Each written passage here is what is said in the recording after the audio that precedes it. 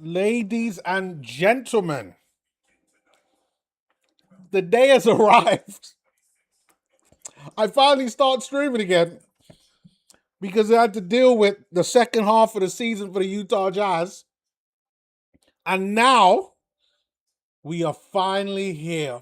Finally here for the NBA draft. Let's go. As you know, my name is Neomis. Whoever is here, here we go. And literally, the show is about to get on the road. Adam Silver right there doing his little speech. No one really gives a crap. YouTube has been down, so I have no idea if anybody can see this.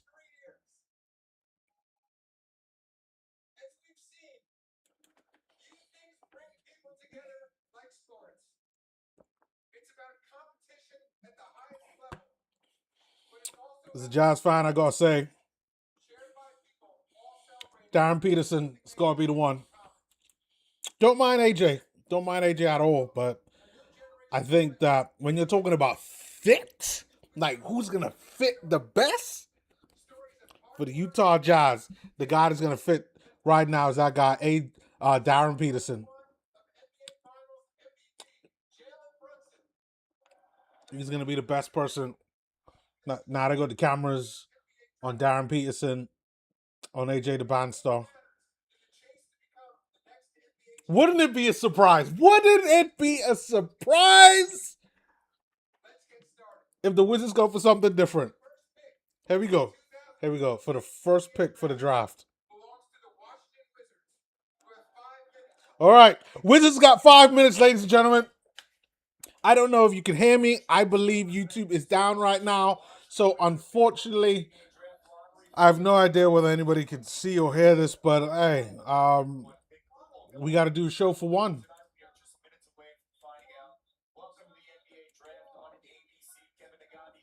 All right. So the pick is not in yet, but we are 4.5 minutes to go until we need a result. I'm going to say Wizards are going to choose AJ the Bandstar. Jazz are going to choose Darryn Peterson. And Memphis is going to go with Cam Boozer. I feel sorry for Cam. If I was Memphis, though, I'm not going to lie, I'd probably go with Caleb Wilson. And I think it's the Chicago Bulls at 4. Let me just pull it up in my mock draft here. Yeah, the Bulls would want Cam Boozer because then they could play Matas Bezelius at the 3 and play Cam Boozer at the 4. They got Josh Giddey at the 1. They probably need another guard, and I think the Bulls have got another pick at 15, and they're projected with Cameron Carr. I have no idea who this kid is. No idea who this kid is. But I'm intrigued yet excited because I think some surprises can happen. Obviously, we heard today about Giannis with the Miami Heat, which I think is great for the Heat. So it's going to be Giannis, Bam Adebayo in the front court. Well, in the front court. And then the back court is where the Miami Heat got to fix themselves, but they got lots of time for that. So they got Bobby Portis, he's coming up off the bench. And then the Bucks got Tyler Hero, Khalil Ware. I like Khalil Ware. Jaime Jaquez Jr. and Kasper Yakichonis. I really liked him. I wanted him at the Jazz last year. And then they also got this year's 2026 pick. Very, very interesting. Very interesting.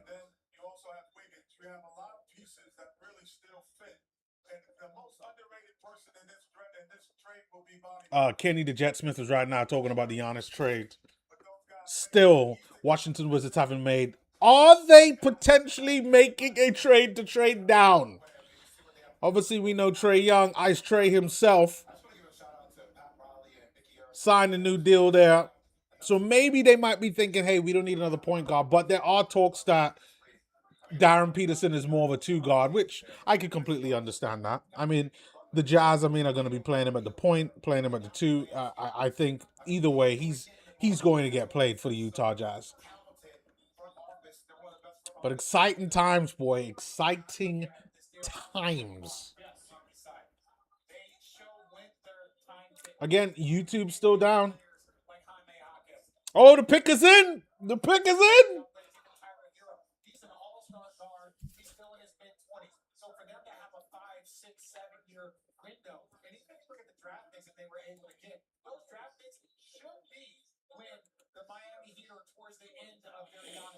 Okay. Richard Jefferson still talking about the Giannis pick, but I'm like, let's hear it. I think there might be like 90 seconds left on the clock.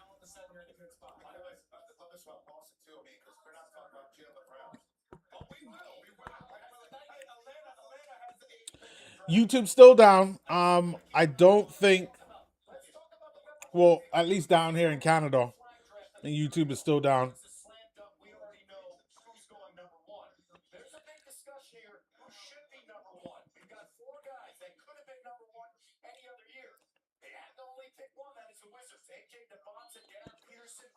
All right, the pick is in. Will we see any surprises? Man,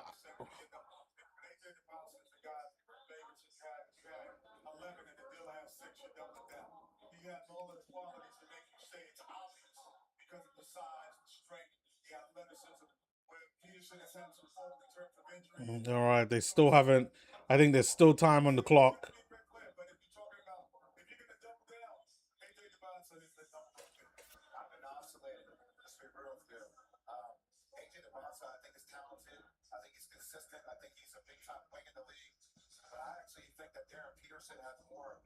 Yeah, everybody's talking about the fact that they believe that Darryn Peterson is the best player in this draft.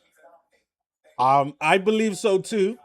And I only prefer Darryn Peterson just because I feel like the Jazz wouldn't have to make that many changes.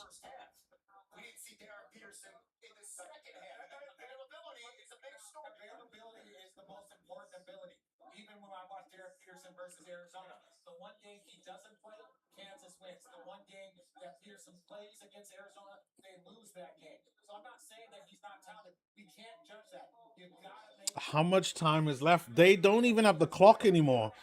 All it just says is the pick is in.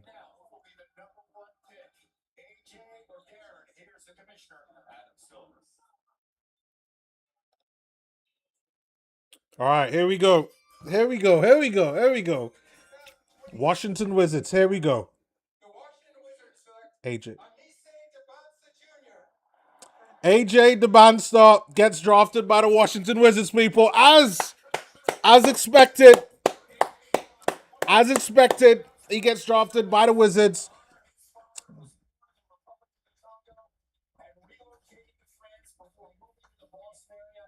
No problem. That is what is expected as a Jazz fan. It's okay.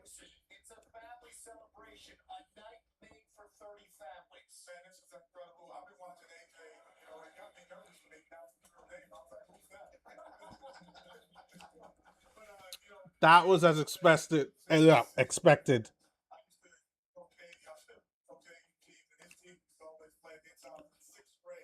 Okay, we've gotten that out the way. Anisette Junior DeBanster. That is AJ DeBanster's full name.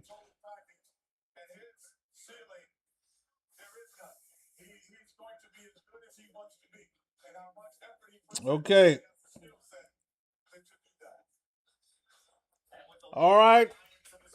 All right, let's skip past. Well done, AJ. That's your new team, Washington Wizards. They're going to be pretty interesting over this next year. I mean, they're going straight up to win if they manage to keep Anthony Davis, AJ DeBanster, Trae Young. Oh, Trey Johnson from last year's draft. Like, I still rate him a lot. They still got Cam Whitmore that's on the bench. I know he was injured for half the season. And then they got the big Frenchman there playing the 5. So it's going to be interesting. But Jazz are on the clock right now. Jazz got 3 minutes and 12 seconds to go until they got to make a pick. This is very, very simple for the Jazz. You choose Darryn Peterson. Don't do any stupidness. And we can just keep it moving.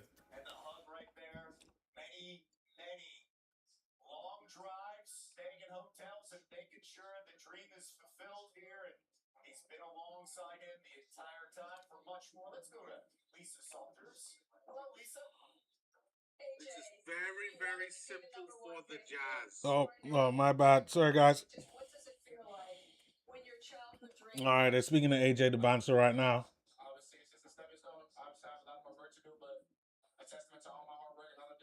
How is AJ gonna fit in with the Wizards? He's probably gonna play the 3. I don't think he's gonna play the 2. I could see it being Trae Young at the 1, Trey Johnson at the 2, AJ at the 3, probably Anthony Davis at the 4, and then the French kid at the 5. Oh god, Alex Saw is his name. Alex Saw. Completely had a brain fart on that one. The Jazz still haven't made their decision just yet. They got 1 minute and 40 seconds left. Everybody's expected them to make the sensible choice. I hope that they do. Oh, the pick is in. The pick is in. We got about 90 seconds right now.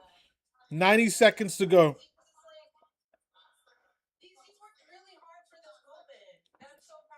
I really look forward to this.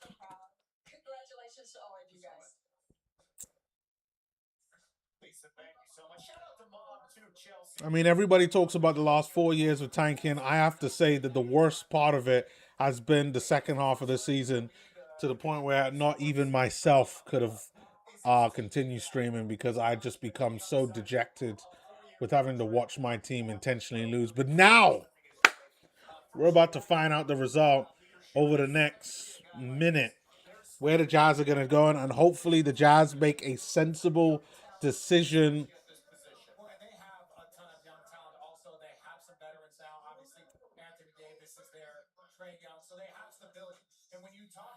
So now they're just talking about AJ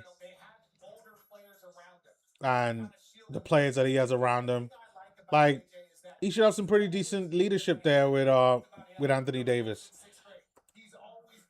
You can always make questions on, his professionalism, but it's a guy who's experienced NBA champ.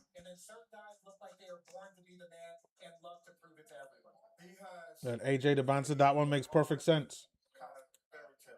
Makes perfect sense. It's got to be Darryn Peterson. Holy crap! If they choose Cam Boozer, I will not be a happy bunny. I can tell you that.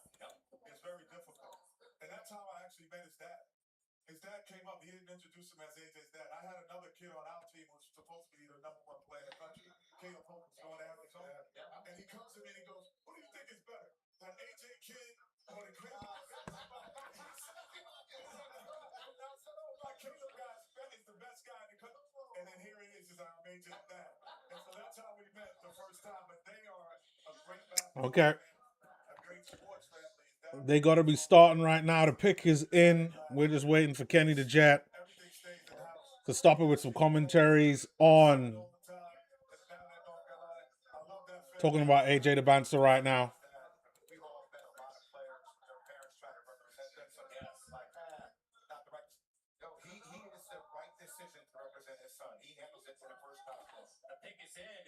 All right, pick is in. Here we go, people. Here we go. All right. With the second pick, Darryn Peterson. Yes! Yes! Fuck yeah! Yes! Darryn Peterson, baby, is a Jazz man. The Jazz made the sensible decision. No overthinking.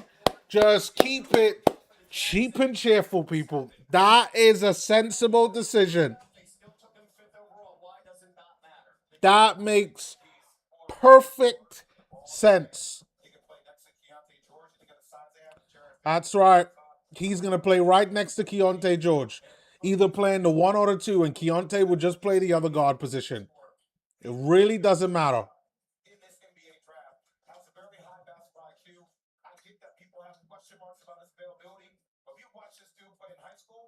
This is great. This is a great pick.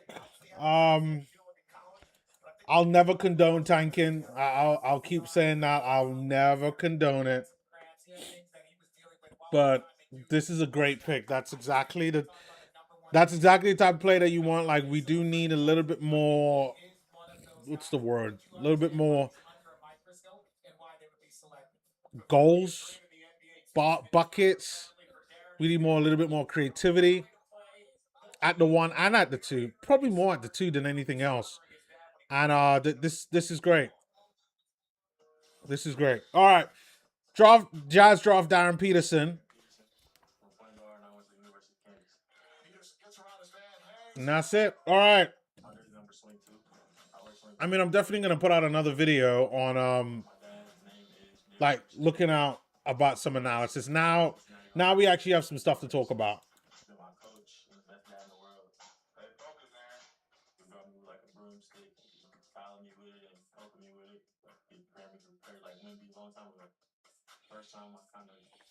This is a great pick for the Jazz.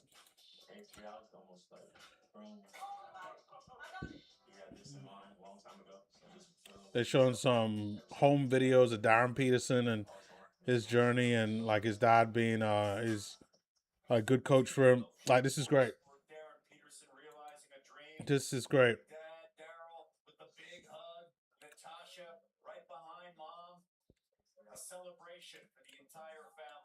This is great. All right, so Darryn Peterson is sitting down there with.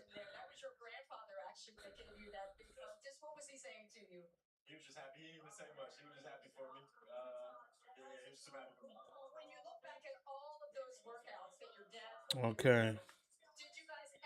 His mom is a tall woman. Holy crap. Yes. That's probably where he gets his height from. I mean, his dad looks tall as well. But his mom's a big woman.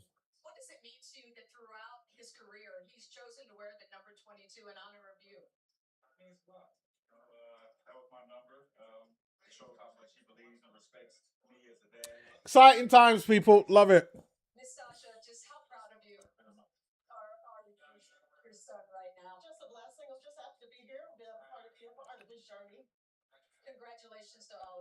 This is great. This is absolutely great. Great for the Utah Jazz. Now the wait is over. Now we get to look at what happens at everybody else now. I mean, with Memphis now, they're gonna pick. I assume they're gonna pick Cam Boozer, and then the draft really begins.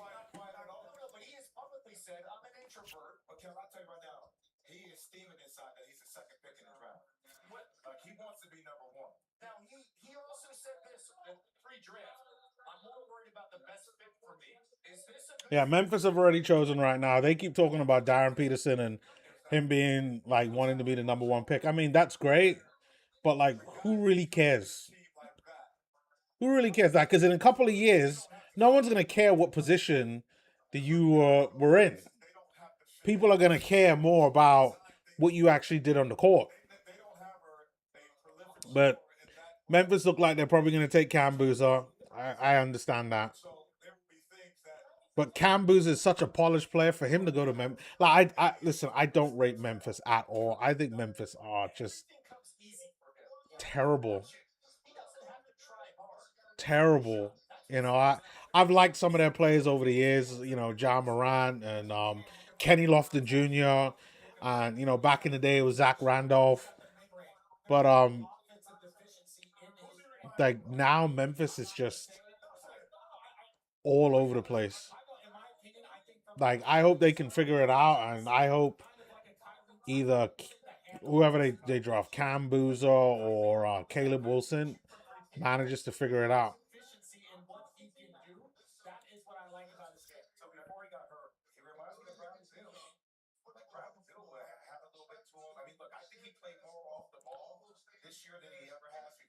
The comparison with Darryn Peterson is Bradley Beal. I don't think that that's a bad shout. Like, Bradley Beal is someone that was averaging 20 to 25 points in the NBA. Like, I think that that's great. Like, anybody complaining about that pick must be out of their mind, thinking, what, if he's not SGA, then he's a bust, and that's just crazy.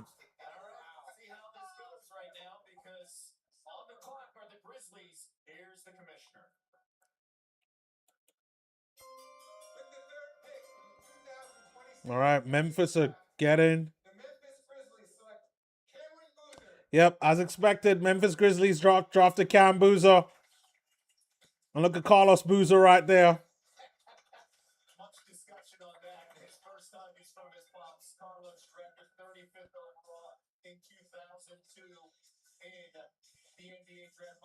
That's completely. Oh, is Caden Boozer? Hold on, Caden Boozer might get drafted in the first round. We really don't. If he's not getting drafted in the first round, he's definitely getting drafted in the second round.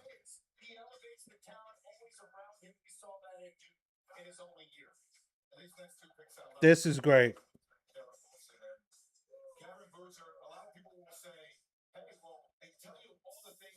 Cam Boozer is really good. They just lost Jaren Jackson. For them to get Cam Boozer, I think is a good replacement. For that, and he's gonna put on some more size on him. I think he's gonna be a real dominant four.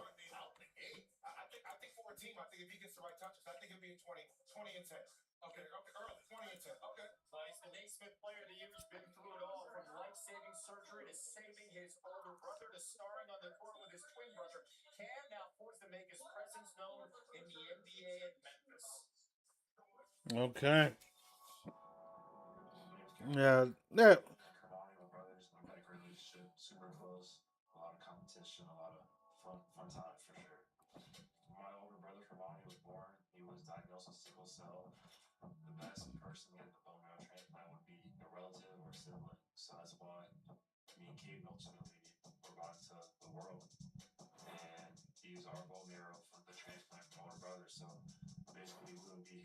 This video package on Camboo's is really good. Just hearing like the life story. I didn't know about the situation with his older brother as well. I think that's amazing.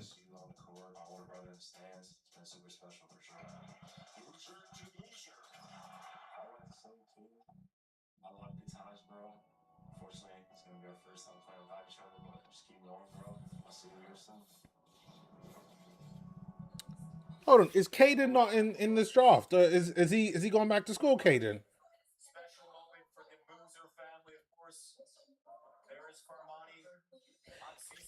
This is how disconnected I am. I thought Caden Boozer might have been in this draft. I think Caden Boozer's gone back home, gone back to school.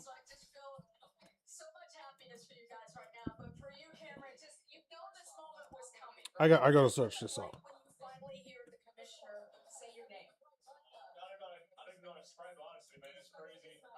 Oh, he isn't. Yeah, why is he not being dropped? Why has he decided to? All right, so Caden Booz is coming next year. You know what makes sense because financially he's probably going to do better next year's draft, which is set to be a little bit of a weaker draft. He's going to look better. There's tons of guards in here in this year's draft.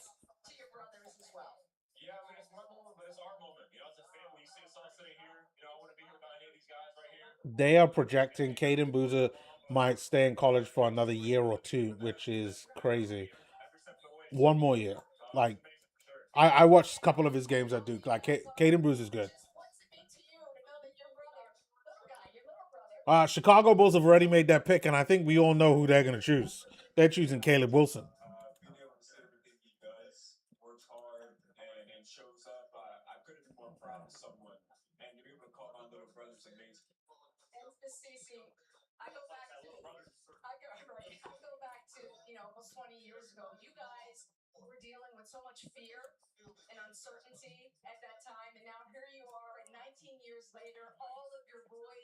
This is great.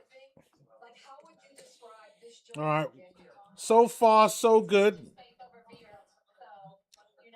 The result that everybody thought was going to happen ended up happening. and Caleb Wilson will probably be the pick for the Bulls. And then after that, I don't really know any of these guys. Keaton Wagler, like I knew the Jazz wasn't going to take him. You know, they're not taking him at 2. There's Mikel Brown, who's ranked at 6. Darius Akoff, everybody's talking about him. Supposedly, like he's a pretty good point guard. Kingston Fleming, another point guard. Braden Burries at 9. Nate Ament for the Bucks. And then I think the Bucks also get the number 13 because of the Heat pick because of the Giannis trade. Hans Steinbeck. You imagine Hans Steinbeck and the kid that they just got from the Heat. Pretty good. Pretty good.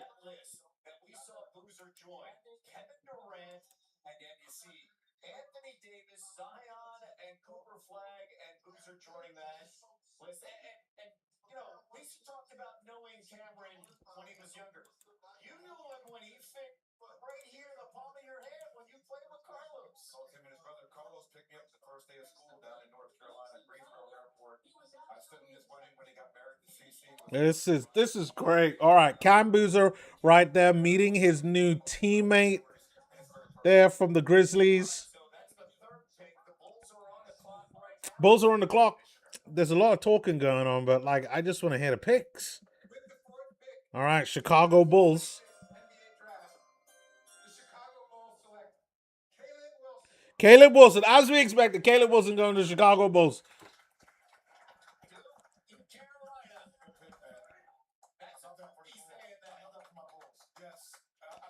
That's a great pickup for the Bulls. I'm not gonna lie. I felt that Cam Boozer should have been the one to go to the Bulls because a big market like that for Cam Boozer, woof.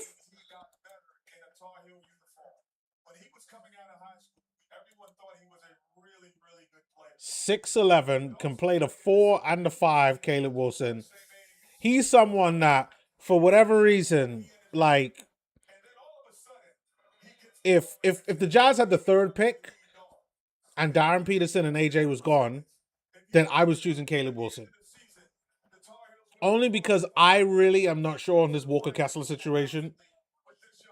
And we need some rebounding. We need length.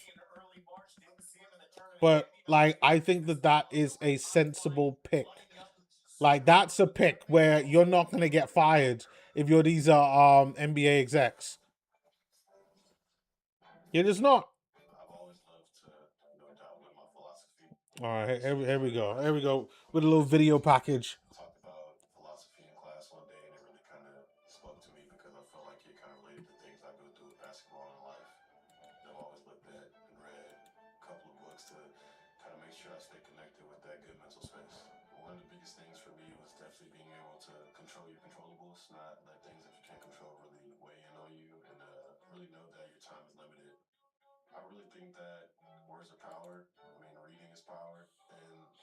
Oh, so Caleb Wilson is a reader.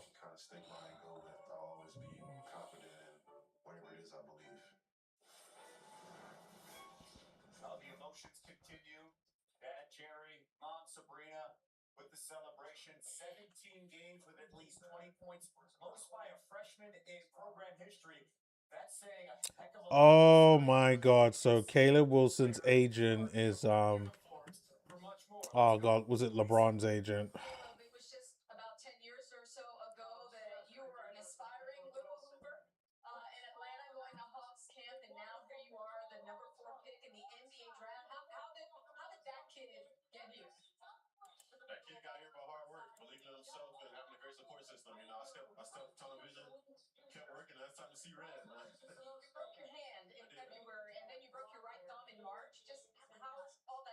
He broke his hand in February and broke his thumb in like March.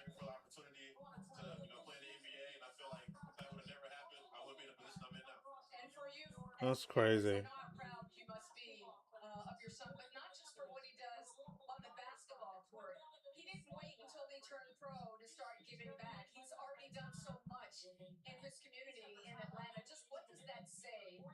Oh, he's from Atlanta. Okay, I did not know that.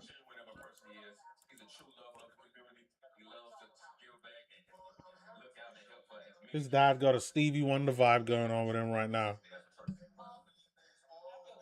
And both his parents look big. As in, like, tall big. Not like big, big.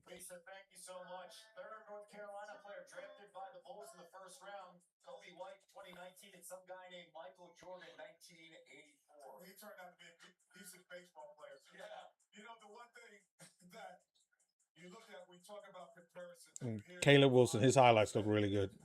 His highlights look really good. Really good defensive player. Matas Bazelius is going to enjoy playing against him. He does remind me a bit of Kevin Garnett, and it is not the complexion. Before anybody says anything,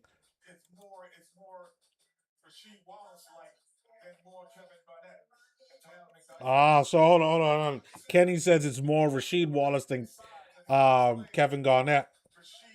Interesting. So the Clippers are now on the clock, and they've got Keaton Wagler, who everything that I've been hearing around, like Darius Garland, that they're going to want a big guard. So the Clippers probably might actually draft Keaton Wagler.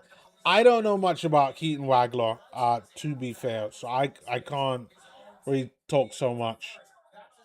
Just a few names here that I know about: Darius Acuff, Adai Mara, the Mexican kid, the first Mexican to get drafted.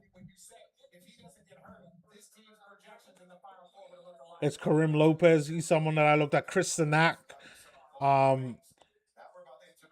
He's dropped a lot. He's projected at number 20 to go to Spurs. He actually is a good pick for the Spurs, Chris Sanak Jr. That's exactly the type of size that they want. And he's a rebounder as well. Like if he could be the David Robinson to Wemby's Tim Duncan, that's what you want.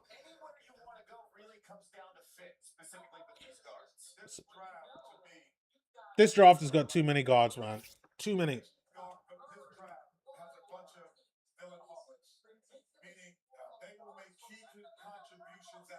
Dalen Swain is 6'7". Oof. He's projected to go to the Knicks. I don't even know who the Knicks might need. I mean, they definitely need some. They need something. All right, so Clippers are on the clock with the 5th pick.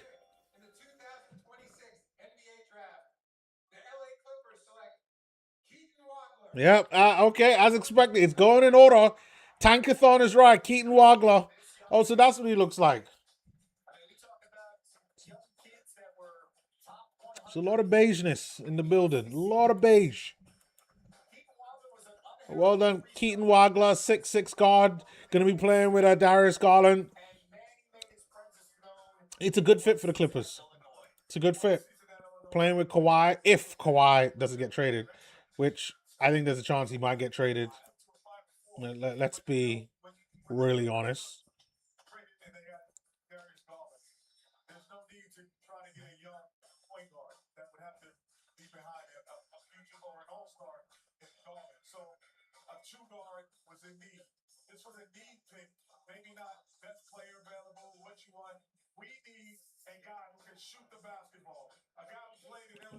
From played in Illinois, gone to Los Angeles, gone to the Lakers, baby brother in the Clippers.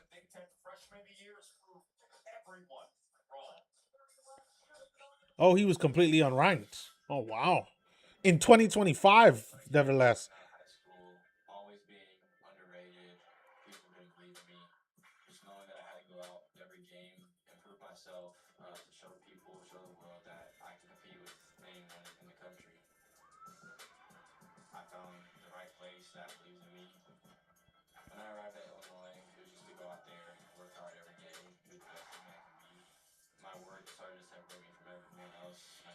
Illinois,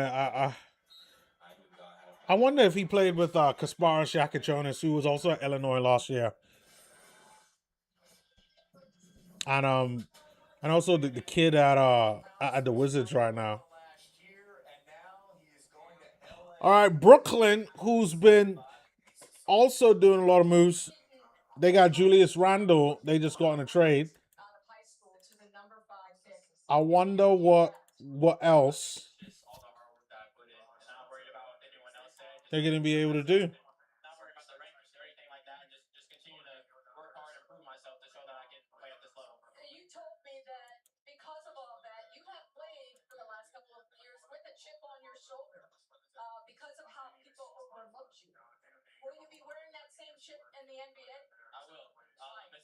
All right, 2.5 minutes left.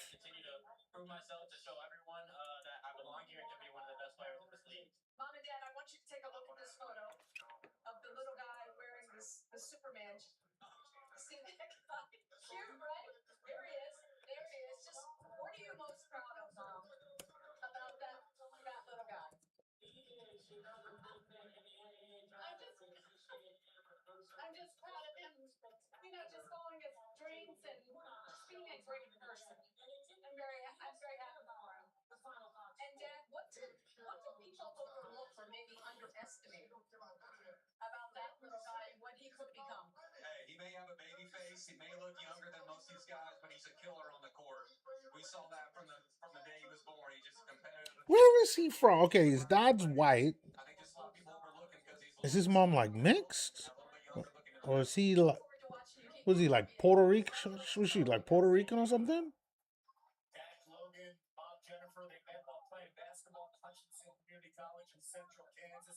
Yeah, she must be mixed herself, or maybe she's like Afro Latina.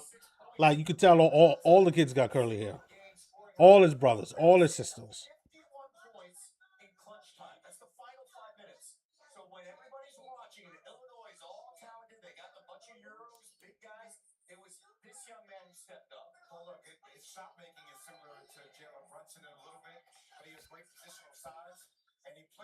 All right, Brooklyn are on the clock.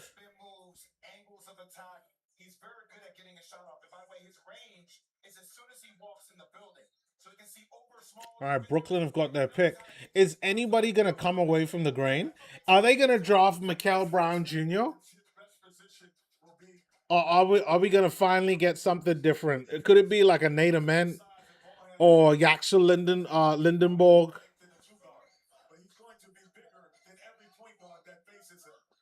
Like they also lost Nick Claxton as well, which to be honest, I think that's pretty rough. Maybe they could go for a Daymara, the Mexican kid I was telling you guys about.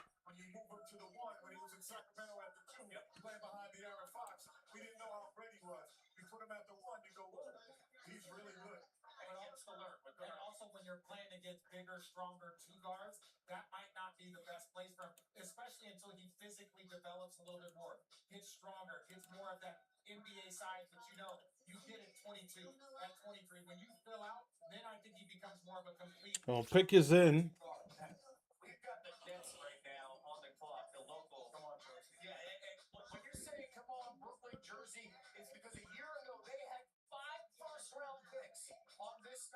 I forgot about that. Brooklyn Nets had like 5 picks last year. Diego Demon, Nolan Traore, Drake Powell, Ben Seraph, and Danny Wolf. I would say I haven't heard much about Nolan Traore or Drake Powell. Ben Seraph, I've seen a lot of. Danny Wolf, Baby Filipowski, and Diego Demon, like he's a bowler. Like, can't get away from that. Diego Demon is a bowler.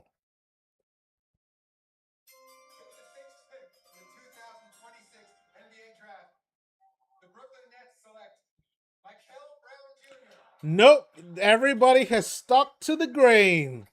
And Mikael Brown Jr., a point guard, is going to the Brooklyn Nets. He's definitely playing backup. You playing backup to Diego Demon, sir. Unless you come out on fire. Oh, they show a picture of the war room for Brooklyn.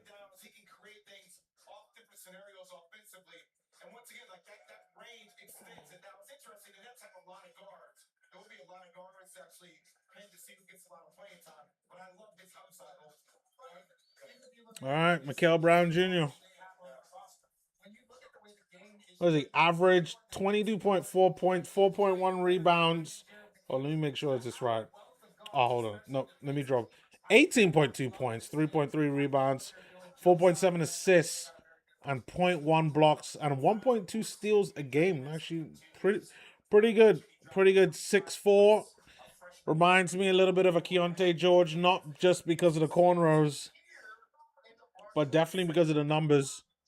Good luck to him in Brooklyn. They're gonna need it. They need a lot, Brooklyn.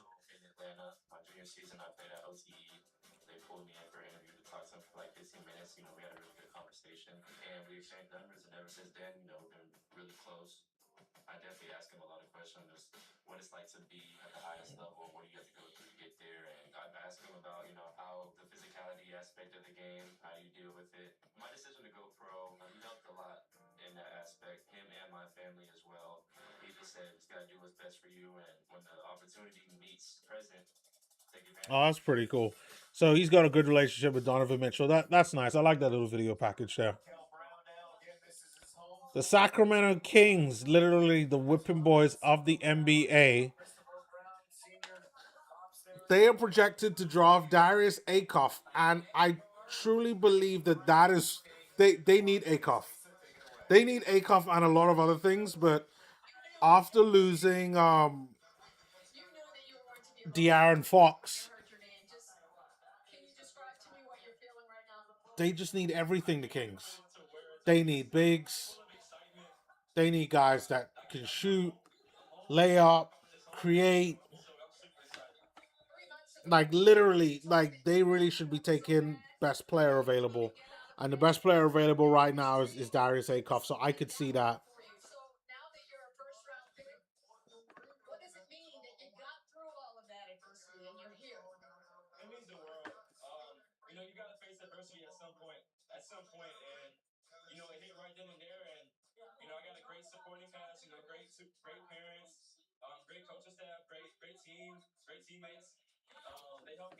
So the Kings are already picked, and I think it's going to be Darius Akoff. So far, no surprises. I haven't seen one single surprise off a tankathon.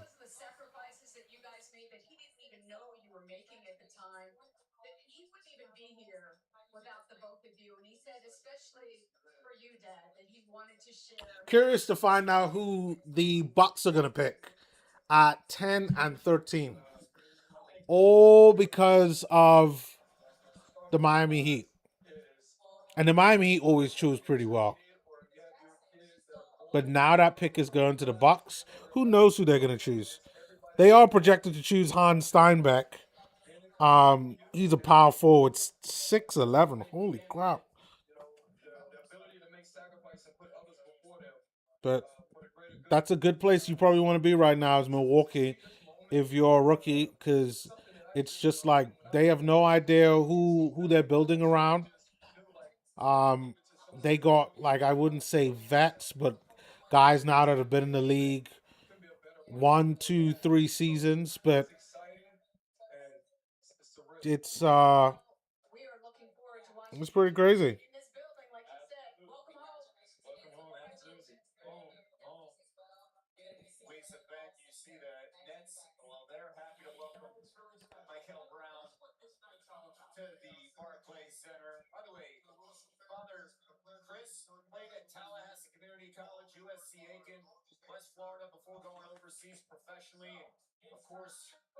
Again, it's another kid where his dad played overseas. Kids of basketball players, they just end up being just that little bit ahead of the people that are not. All right, here we go.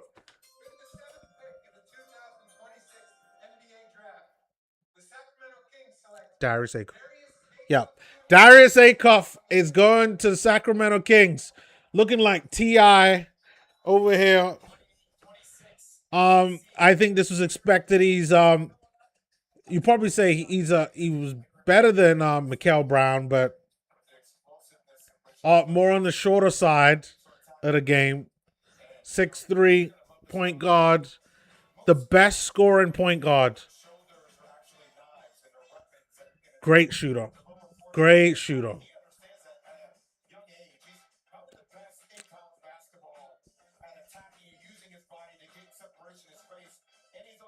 At one point, the Jazz were linked with him until the Jazz got the second pick.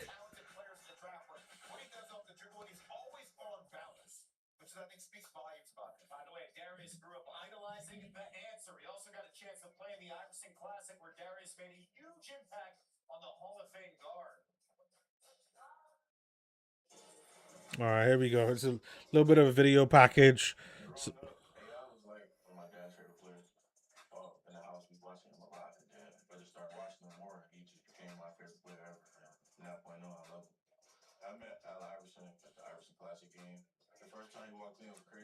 Allen Iverson is his inspiration, Darius Akoff. This is pretty good. Well done for the Kings. I don't think that they could mess that up. You know, he's got the pedigree. Like, what's the average? 23 and a half points? Like, he has the second highest points average of everyone in this draft. Behind him is Yubika Okari, who's another point guard, but he's projected to go to Toronto at number 19.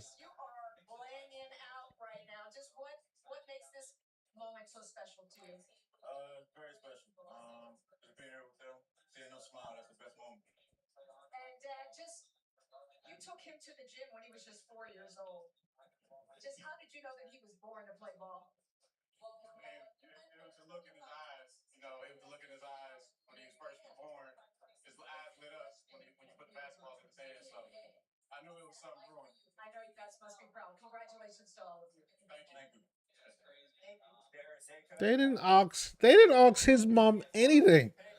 They asked him, they asked his dad, and that was it.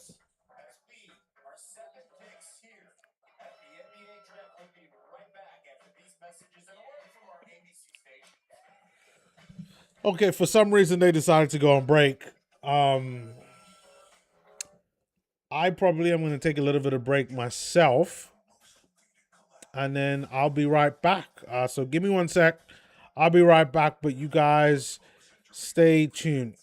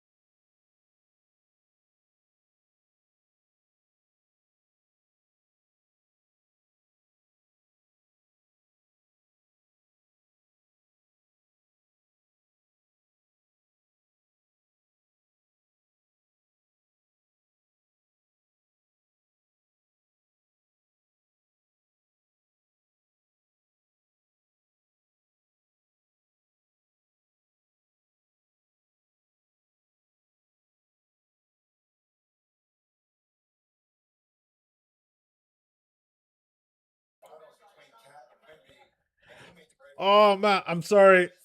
I'm sorry. Thanks, Victim of Fate, for reminding me. Okay. All right. Everything that I just said, I guess from when I was on the break, was not heard. So basically, I talked about Tom Winner's comments. He said Utah will have a solid five. And I said facts. We're going to have Keontae George at the one, Darryn Peterson at the two, uh, Lowry Markkinen at the three, Jaren Jackson Jr. at the four, and Walker Kessler at the five. At least right now. But if Walker Kessler it doesn't manage to stay with the Jazz, and Victim of Fate, like I was just saying before you told me I was on mute, if somehow Walker Kessler is signed by another team, I personally think it's going to be the Lakers because I think the Lakers need a center, and Luka Doncic has already come out and said that he wants a top A center for him to play with. Like Walker Kessler fits that bill, and I'm not sure that the Utah Jazz owner is ready to put up the money that is necessary to keep Walker Kessler. I would have preferred for them to keep that, but you cannot break the bank to go up and do a lot of silly things in order to keep players. Like the Jazz are not going to be able to keep all these guys. We have a window, and we want to be able to just maximize the window that we have, and then also get ready for that next window because the next window will be the window with either without Lowry and without Jaren Jackson Jr. and the team is going to look a lot different from then. Then it will really be like Keontae, Darryn Peterson, Ace Bailey. Maybe Lowry's going to have to take a cheaper deal, and then we probably going to have a new five man at some point. So it's going to be very interesting.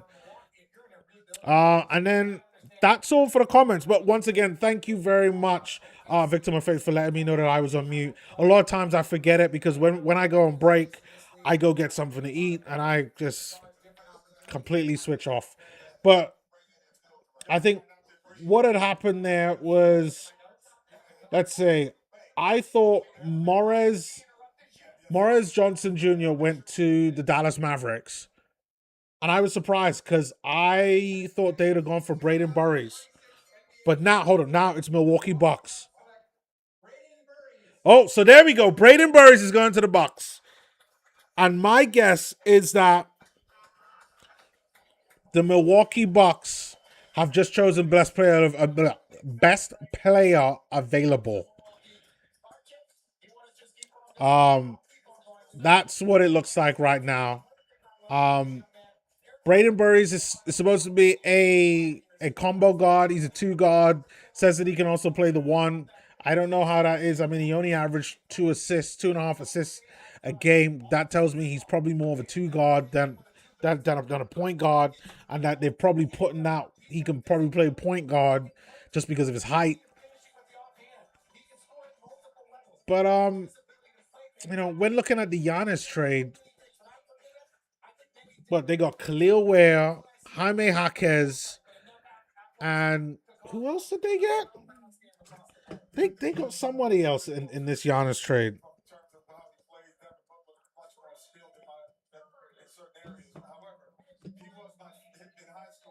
Yeah, I got to take a look at this. I got to take a look at this for a sec. Kasparis Yakachonis. Okay, so they got Kasparis. Okay, so this actually makes kind of sense. So they are going to play. Kasparis is a one. This guy is a two that they just drafted. Kasparis is going to play the one for the Bucks. Because Braden Burries will play the two. My guess is Jaime Jaquez will play the three. I don't know who's going to play the four, and Khalil Ware will play the five. Tyler Hero, I believe, is going to get traded, probably for more picks and probably for like a vet, just to kind of keep that team. I have no idea who all the Bucks have. I'd have to check that out in more detail, but very, very interesting. And now Golden State is on the clock.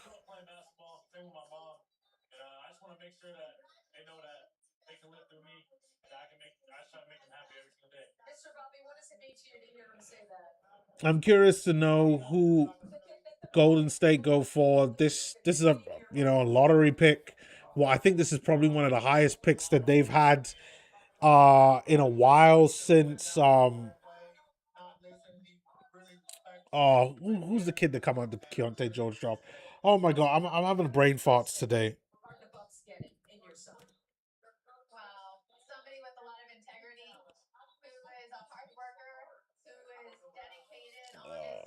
I'm gonna find him. No, I have to take a look. I have to take a look because I'm having a brain fart right now.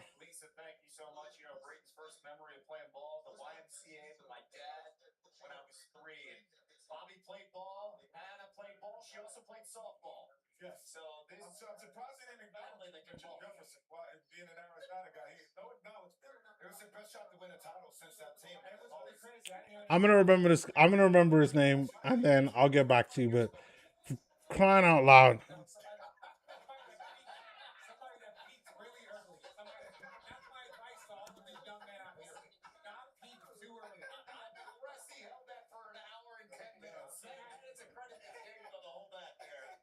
let's until I could kind of come to me. Let's see who Golden State could draw.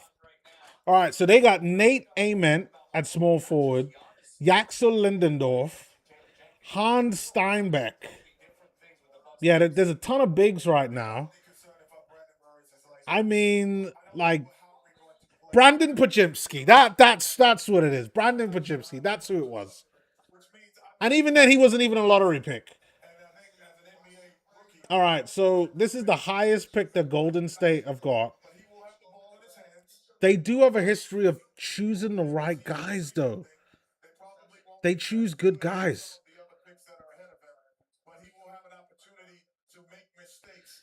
And since they got like a veteran team, I think that they're gonna go for Yaxel Lindendorf. I think they can go for Yaxel. He's a 6'10 senior, average 15 points a game, just shy of 7 rebounds, 3 assists, 1 block, and 1 steal.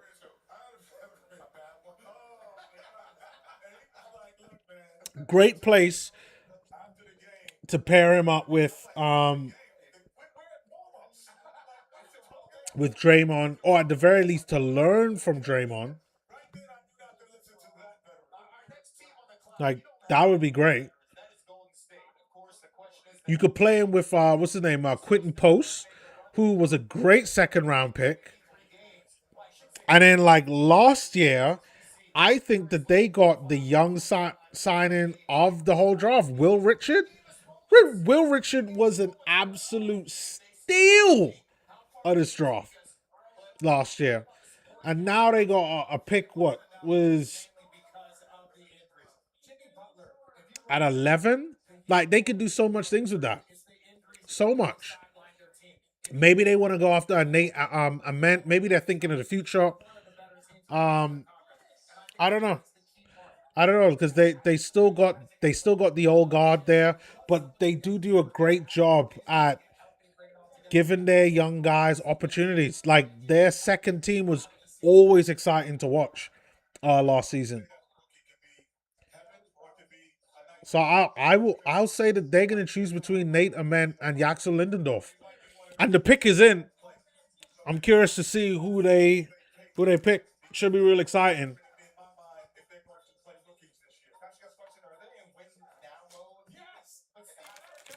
All right, I need some biscuits or cookies from all of my Americans or North Americans.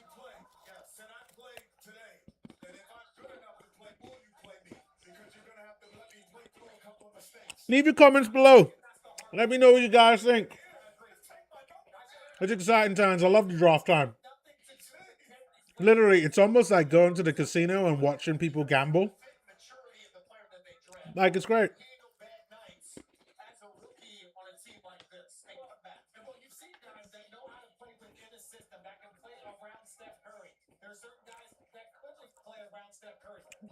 Wow, Golden State needs some guys. So they're saying that they need a rim protector on the 3-and-D wing.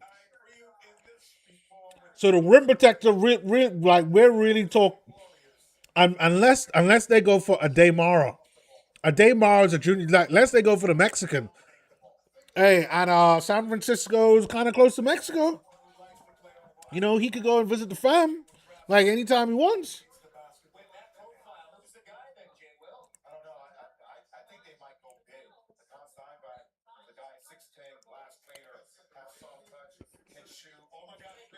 They're talking about Hans Steinbeck. He might be one.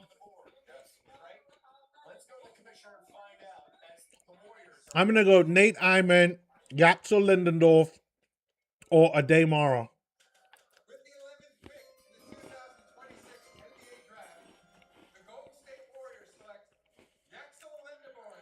Yep.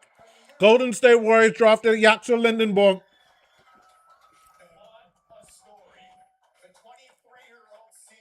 23 years old, mature. Obviously, Golden State are ready to win right now. Makes sense.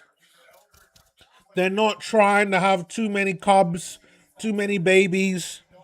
They want to go out there and try to win. And I guess some of the teething problems with a lot of the young players, they don't want to have to deal with.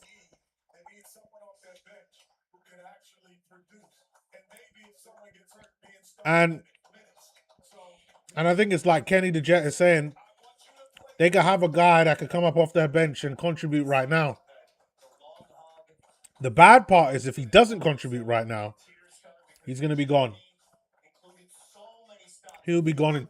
As the British call, two shakes of a lamb's tail. He'll be gone. But I think that's what it looks like. Yaxel Lindenborg was the one I would have gone with for them. Makes sense. They're trying to win right now. They're looking for guys that can actually contribute. And that's what it's all about. A 6'10" power forward. I don't know much about his stats. Like, I don't know if he's a shooter. I figure he can play in the paint.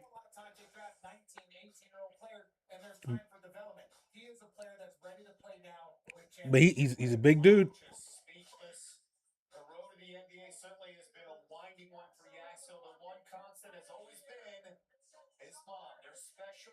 Again, it's another kid that coming from a basketball family. His mom played for the Dominican Republic.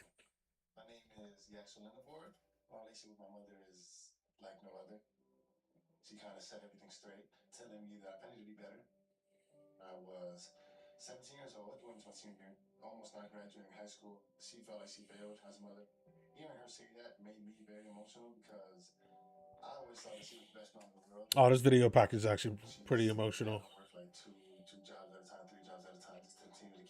His mom was a finding when she was younger. I will say that. Is that wrong for me to say? I don't care. I don't care. Good times right now. Oh crap! Mom been diagnosed with cancer. That's pretty sad.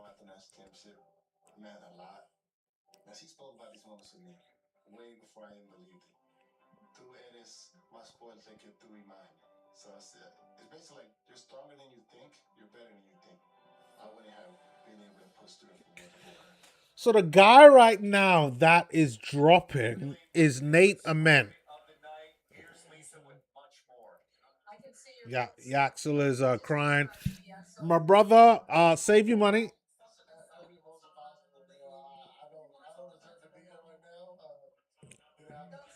No. He just said he didn't deserve to be here right now. Yes, you do. No. Yes, you do.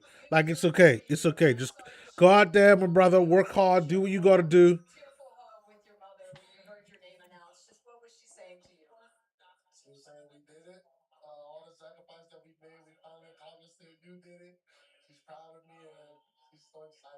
Just 6 years ago, you said you were kind of lost.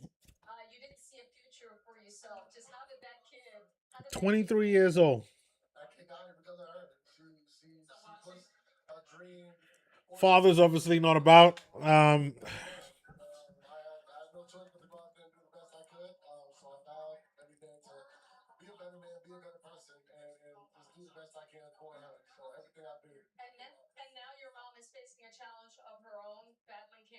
Jeez, man, that is rough. His mom has got cancer. Oof. Golden State needs to embrace this young man into their bosom, protect him, nourish him, and love him like he is a baby calf. Because he is going through all type of issues right now. That is wild. Now I'm really asking where is the father, because that is crazy.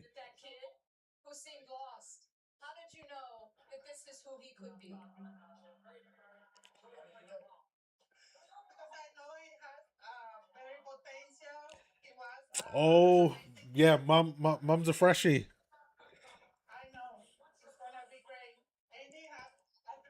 Oh, that's a sad story.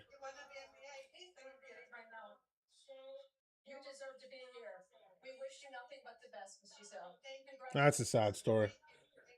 Shout out to Yaxel Lindenborg.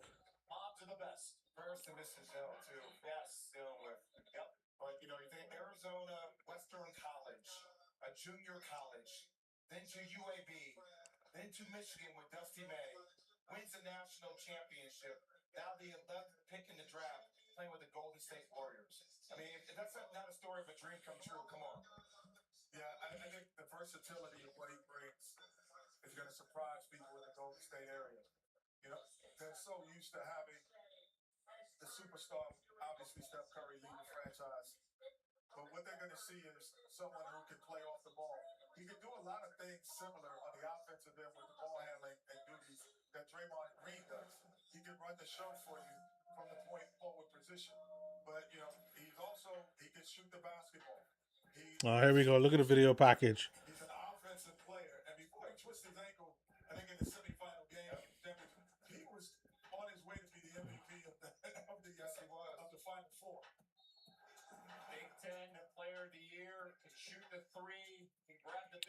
All right. He's a big guy that can shoot the three. Okay. I'll take that. All right. OKC, they don't need any more players, but they're picking.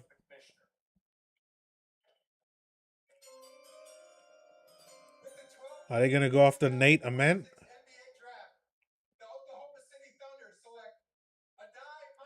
Oh, makes sense. They go after Adai Mara.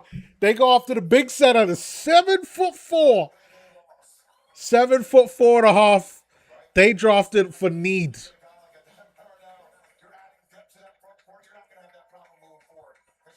You ain't gonna have no problem, OKC. You just drafted Adai Mara? Wow. Wow.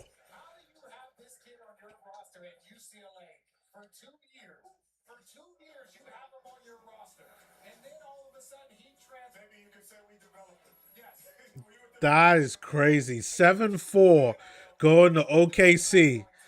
They just now have their Wemby stopper.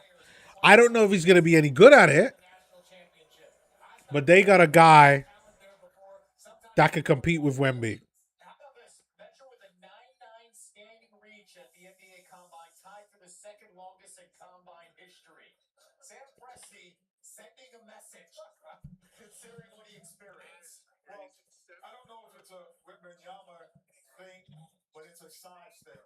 That this is good. That's a great pickup. People could talk about teams draft based on best player. That was a need right there. That's a guy you drafted for need.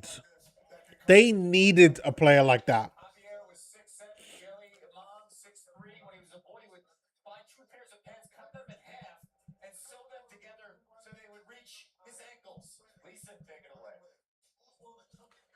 All right, they're talking to him. I don't know if he speaks English.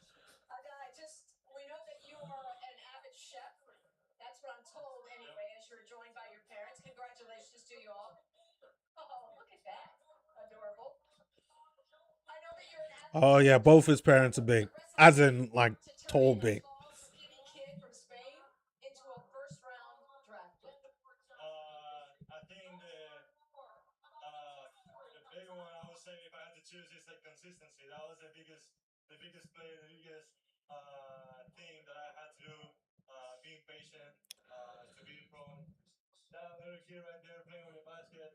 He's the third player that's taller than 7'3" that's been drafted over the last 10 years. Wow. Wow. I think OKC are coming back to win a championship. Like that's a guy that you want. Now they might be able to get rid of Hartenstein then, because I think Hartenstein's contract is a problem, and for them to get a Daymara, um, like that fits well with what they want. Next up is the Milwaukee Bucks.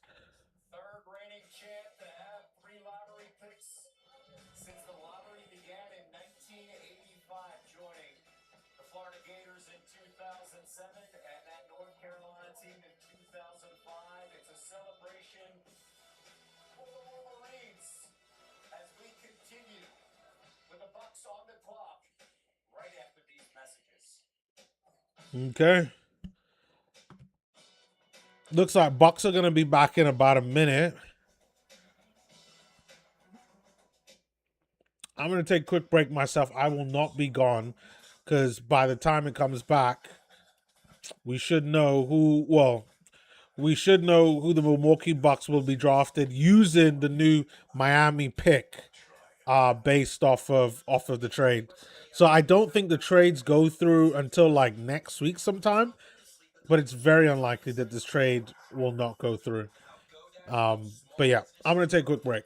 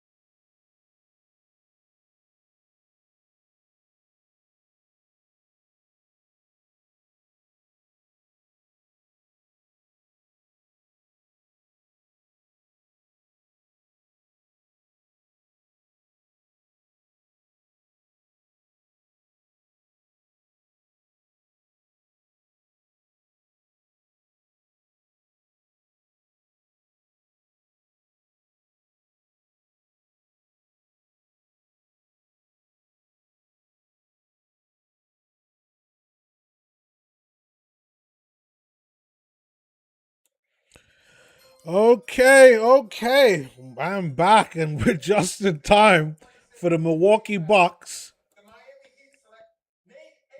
All right, Nate Amen. He's going to the Bucks.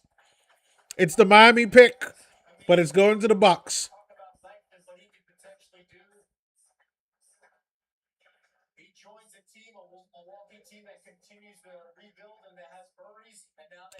Put a smile on your face. Come on, Nate. Gotta put a smile on your face, Nate. He's a big small forward. 6'10". Woo!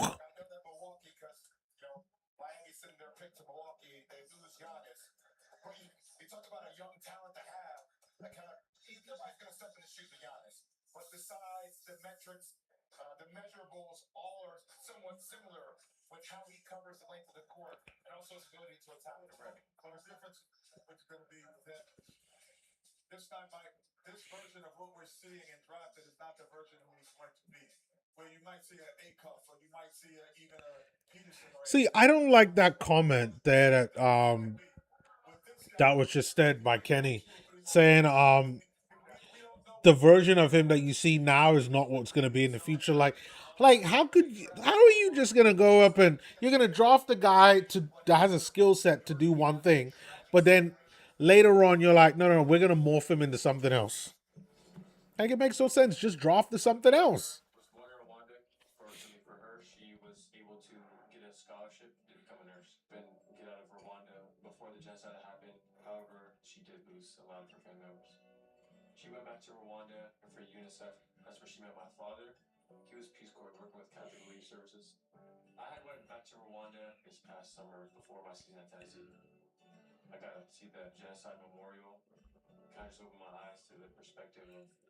Oh, it's a pretty good video package right now. They're talking about Nate Aman, lineage from Rwanda.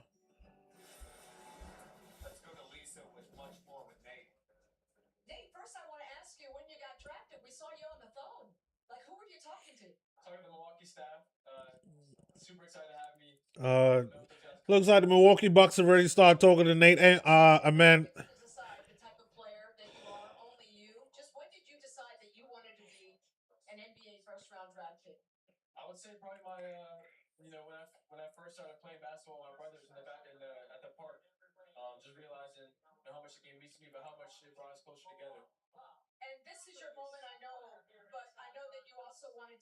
That's wild. They showed a picture of him and all of his brothers, and he lights out. Is way bigger than him. I mean, his dad is a big guy too.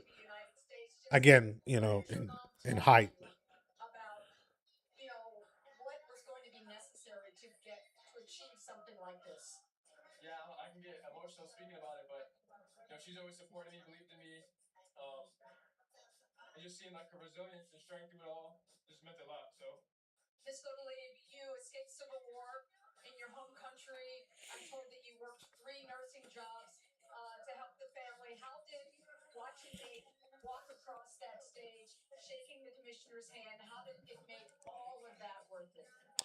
Well, it's a really good story to hear about Nate Amen. Him and I think Yaxel Lindenborg, like definitely, yeah, those are and some incredible stories. Yaxel is, it's like cancer is nothing to like joke about, and that's definitely gonna be something that it's gonna cause lots of pain. Like, I wish her a speedy recovery. Um, I hope it's nothing too serious, but yeah, no, some great stories. Nate Amen and Yaxel Lindenborg.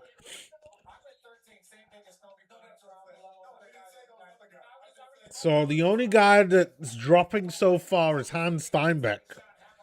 He was projected to actually go 13th by the Bucks, but he definitely is going at least 14. He might go to the Hornets, who are drafted next. They got 30 seconds left, and they still have not made the the result. Still isn't even in. So which means that they are probably not sure. They don't even really need anything. Maybe they could do with a 4. Maybe they do go after Hans Steinbeck. Yeah, maybe they do go after Hans Steinbeck. Ademar is gone. Then the Bulls. The Bulls have another pick. They took Caleb Wilson. They definitely need a two guard, so they might actually go on and take Cameron Carr, who's listed as a 15th pick.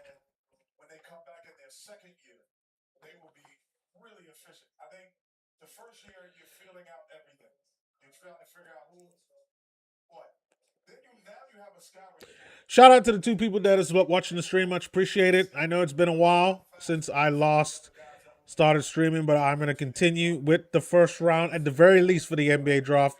I'll see what everybody's saying, and maybe I might do the second one. I'm actually not sure I don't think the Jazz have a second round pick. No, they don't. Well, they did, but that second round pick is going to San Antonio. Unfortunately, San Antonio actually having multiple second round picks, 3 second round picks. Alex Caravan finally make it. He's projected to be 31st, but you never know. He might sneak right in there in the first round. But I might do the second round tomorrow. I might. I definitely know Alex Caravan. I've bought him so many. I drafted him so many times. Playing our 2K. All right, let's go. All right, Charlotte Hornets is in. Let's see what's going on here.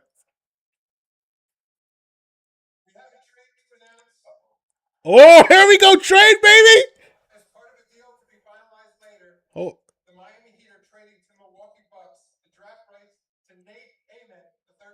Oh yeah. Well, we already know about the Bucks and the Heat. We don't need to hear about that. We don't need to hear about that.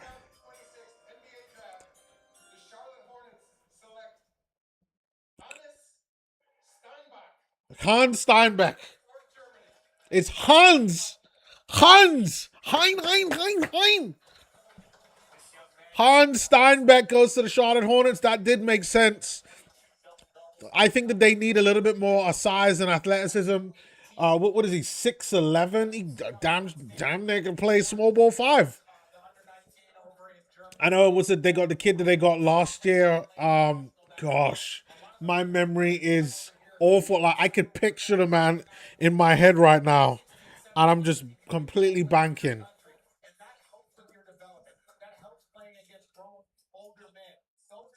Ryan Kalkbrenner. That's it.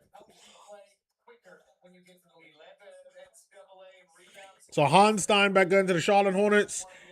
At least based off his numbers, he looks good. Based on his physicals, like 6'11", and a half. Like damn near he's 7 foot. He's damn near 7 foot. And how old is he? 20 years old. He might still grow an inch. And again, another kid of a former basketball player. His dad, Steinbeck Sr., actually played with Dirk Nowitzki. I'm seeing it just on this video package. He just looking kind of like a good. He's looking like a good pick for the Hornets. Hey, listen, we all know, right? The Hornets are gonna make. I think we know the Hornets are gonna make the playoffs next season. I think we know that.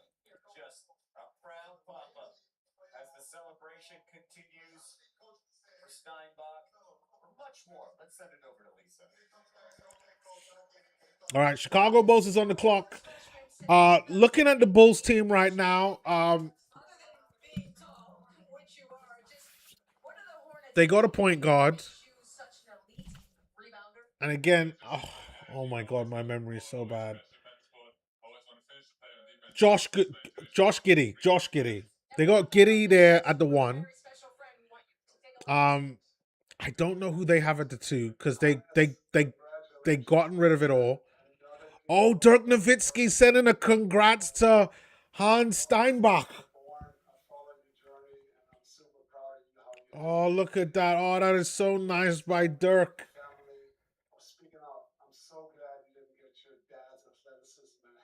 Oh, a little side-eye job there by Dirk. Saying that I'm glad you didn't get your dad's athleticism and hands.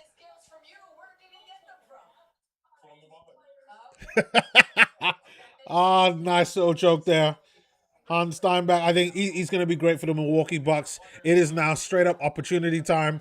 His size, like he's going to get opportunity to play, like for sure.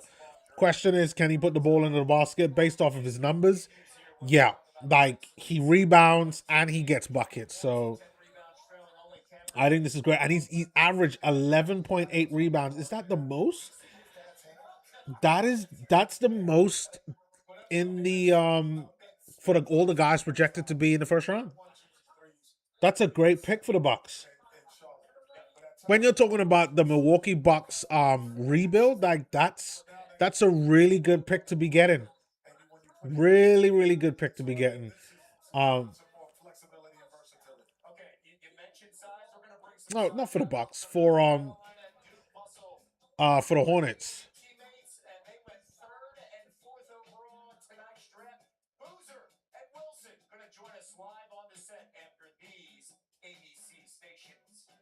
Okay. I'm gonna take a bit of a break, but the Bulls are on the clock. When I come back, we'll start talking about the Bulls. You know, they got Giddy at the one. I think they needed two. They got the kid from what last year, Matas Buzelias at the three.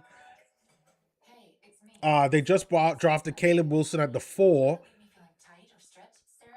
and they just need a five. They just need a five.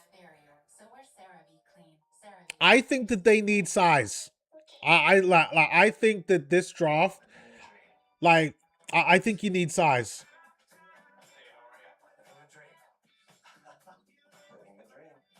It's a shame that Ade Mara's gone. I think they would have loved to take in him, but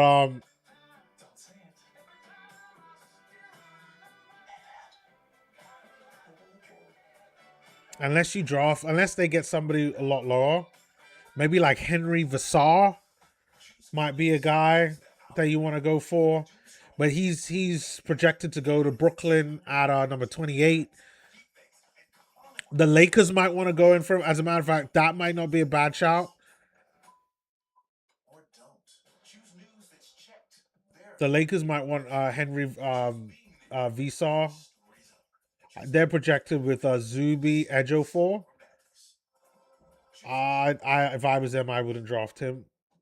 I would not draft him. But Henry Vassar, I think is a decent one to draft.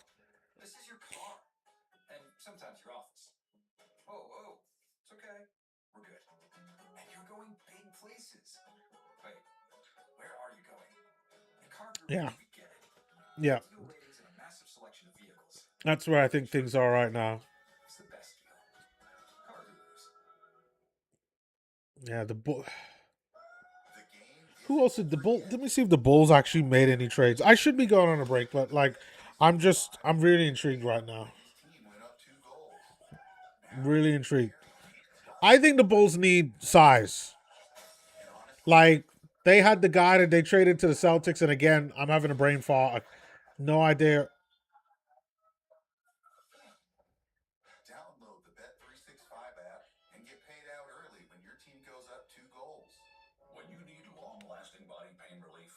Okay, so this Julius Randle deal, I've given the Bulls some trades. So the Bulls probably know exactly what they want.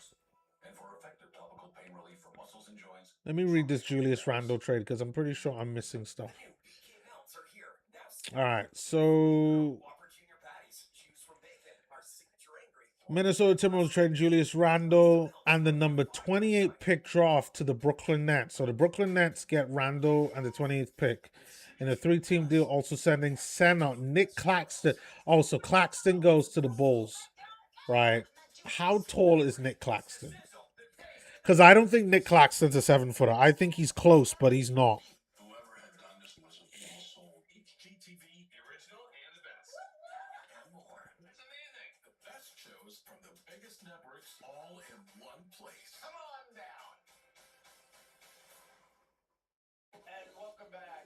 I don't think Nick Claxton's a 7-footer.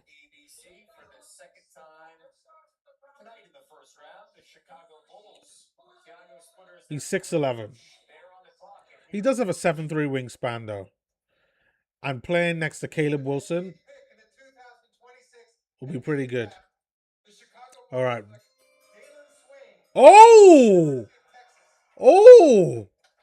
The Bulls draft Darryn Swain. This is I can't say it's strange, but they go for a guy that could play the 2 and the 3. He's 6'7.5". He was projected to go to the Knicks on Tankathon on that draft board. He's a junior. I guess maybe they didn't go for Cameron Carr because of his age. Darryn is also taller though, but Cameron Carr is putting out better numbers.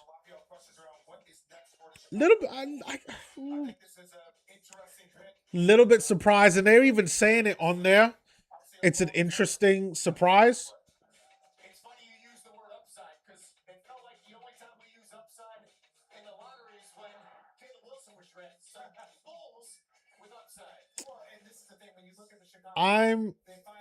I'm surprised because Darryn Swain was not supposed to be a lottery pick. He was supposed to be a late first rounder. So very, very surprised about this. But I felt like they did need a 2 guard. So they've gotten their 2 guard. And then I think last year they also got a lot of guards based on. Hold on, maybe I was wrong. Maybe they didn't need a 2 guard. Let me see this Bulls team because I'm pretty sure they got a ton of guards. All right, so we got Yuki Kamamura. I love Yuki. Hold on, and they have Mac McClung. Oh, they got Rob Dillingham as well. They got Colin Sexton. And they got Anthony Simons. That is not the pick you want. Hold on. How tall is this guy again, Swain? Oh, he is 6'7". Okay, well, you know what? He could play the 3. He could play the 3. I'm looking at their team right now. They got Nick Richards is there as well. Lachlan Olberg. I didn't know Yabusele was with the Bulls.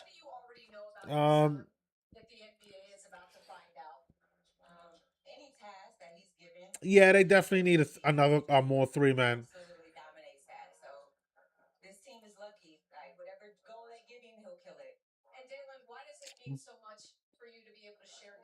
Wait, I know I probably shouldn't be saying this, but Darryn Swan's mom is fine. She looks great.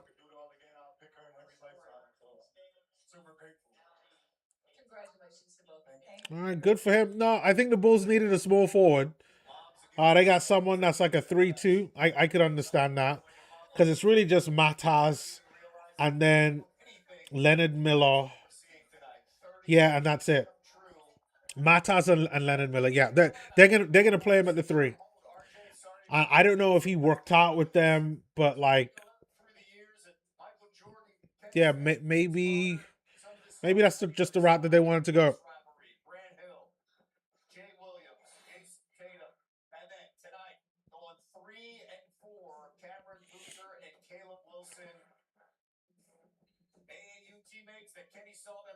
Okay. Darryn Swain number 15. Cameron Carr dropping. Not that many players have dropped in this draft.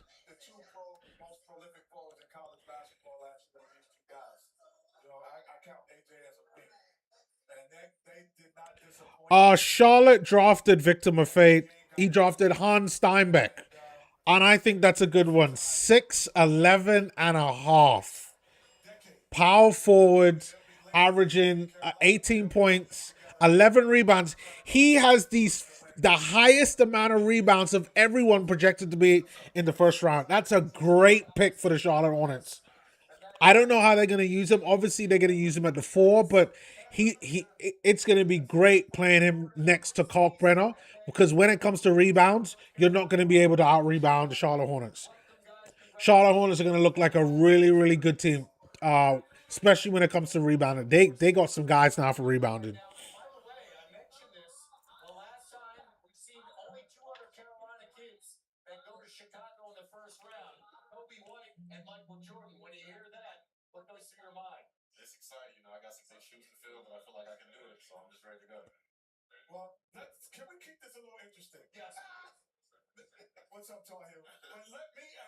Okay.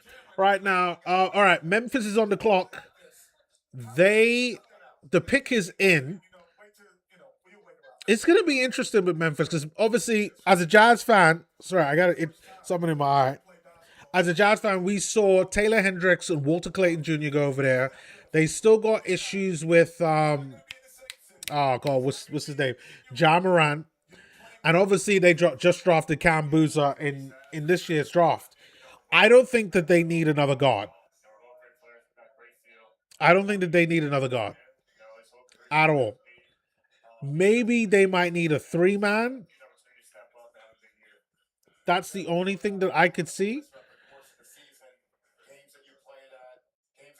They already got a 5-man with the kid from last year.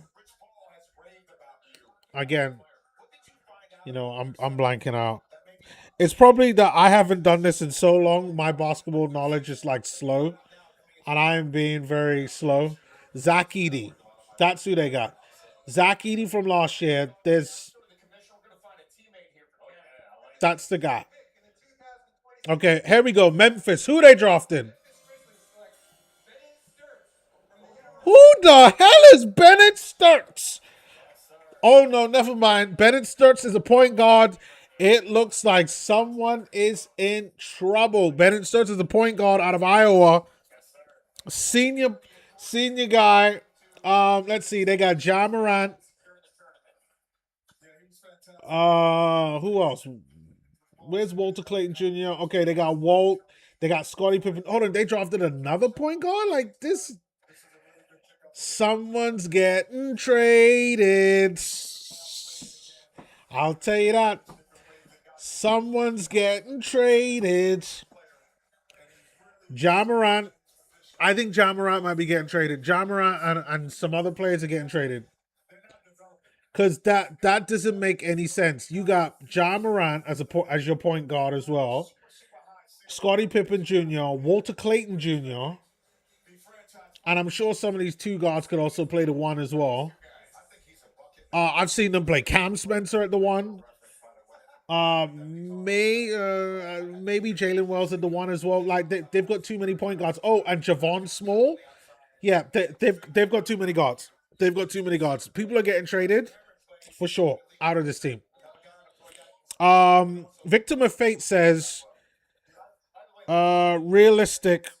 realistically, when do you see Jazz ending up of the season? Oh yeah, I said at the beginning. I said that I felt that they'd finish 7th or 8th. And I say this because I watched the Jazz at the beginning of the season, how they were playing without Jaren Jackson Jr. Like, the Jazz got some guys.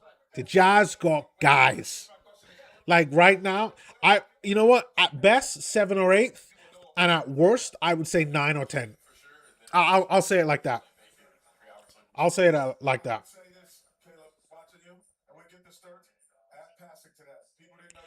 Ja Morant to the Nets. If I'm not surprised. I am not surprised about that, victim of fate. If you're just saying that to say it, that could be pretty fair. Because you know what, like Memphis Grizzlies got too many guards, and I smell something rotten. It just doesn't make sense. Why would you take this kid unless unless they're going to be getting rid of guards, and that means that I feel sorry for Walter Clayton Jr. and Javon Small. Because they getting moved around for sure. Maybe even Ryan Rupert as well. But like Scottie Pippen Jr. is on the best team friendly deal in the league, so I don't see them trading him. And hey, Scottie Pippen Jr. I like him. The guy plays just like his dad, except he's a 6'3" version of him. Plays defense, understands the dark arts of the game, can shoot, pass, create. Like, the fact that he was a 2nd round pick is a joke. But he's a good all round player. He would be a good deputy type of point guard for Brunson.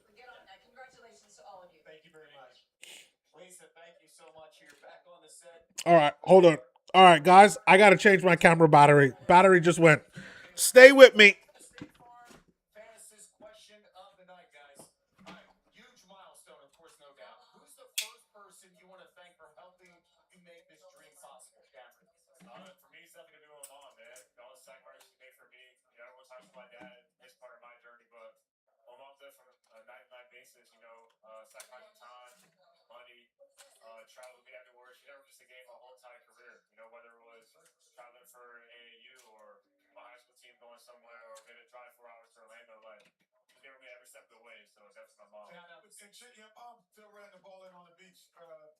All right, all right.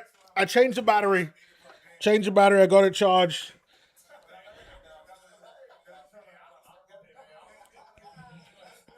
It's gonna be pretty interesting.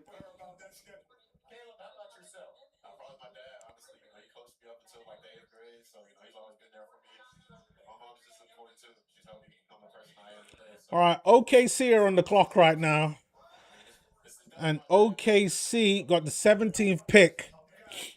And I think OKC are going. OKC don't need a single guard. I don't want to see a single guard. Oh, wait, OKC ever again. They just drafted this big guy, and I think that they need. I think that they need some more size. I think that they need to help deal with Wemby, and I think that they need some size. I wouldn't be surprised if they went for a Chris Sinak. They could play Chris Sinak at the 4 and the 5. I know Chris Sinak's numbers like suck bollocks. Like it's just like it's not great. But I think they should go for size.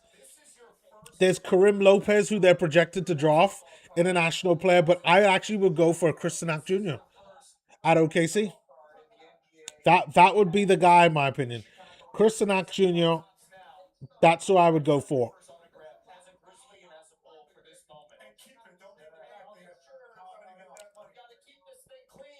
All right, they're still talking in the green room to Cam Boozer and Caleb Wilson.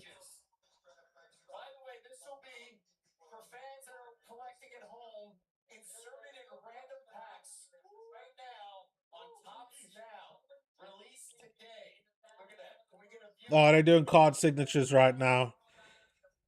As I call it, the cardboard crack. They have just signed their own sports card right now. And you know what that means.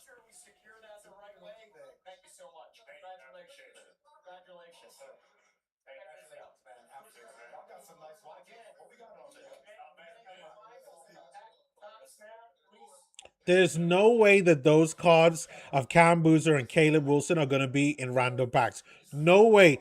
One of those execs are going to keep those right there as a just in case. Oh, we got a trade. We got a trade. OKC. Can these people stop talking? Let's get to the draft.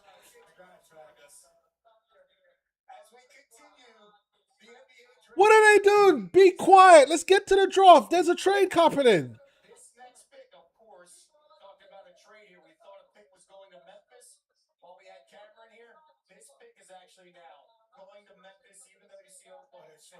Oh, wow. Wow. There's a.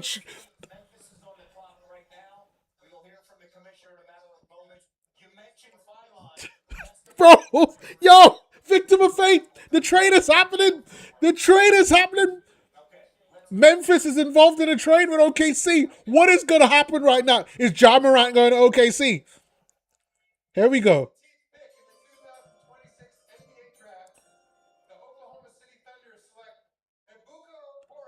Who the? Ibuka Okore. Okay. Okay, this point guard. Okay. I don't understand that pick. If this is going to Memphis, then I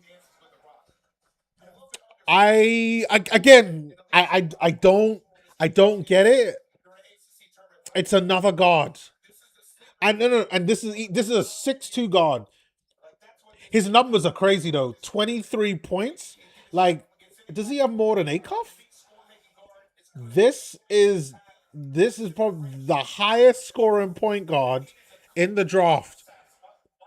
Was it Jefferson said that he's a sleeper. And if you look at his numbers, he is a sleeper.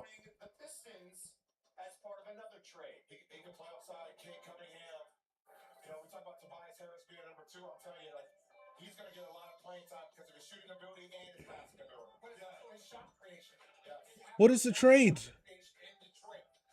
Hold on. This is going to Detroit, Memphis. Hold up right now.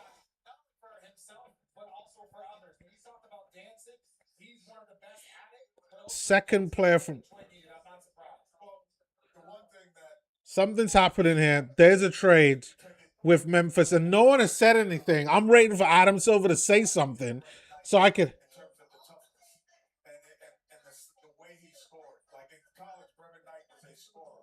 I mean, this guy comes from great stock. He's super smart. Both his parents are Harvard alumni. That's amazing.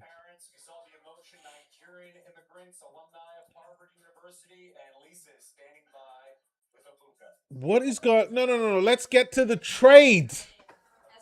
What are we talking about?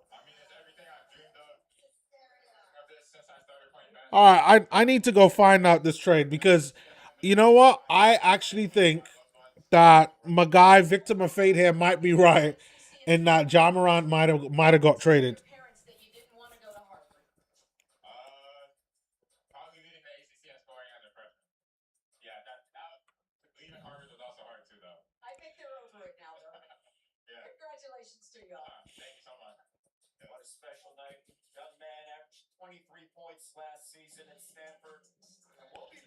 What is going on?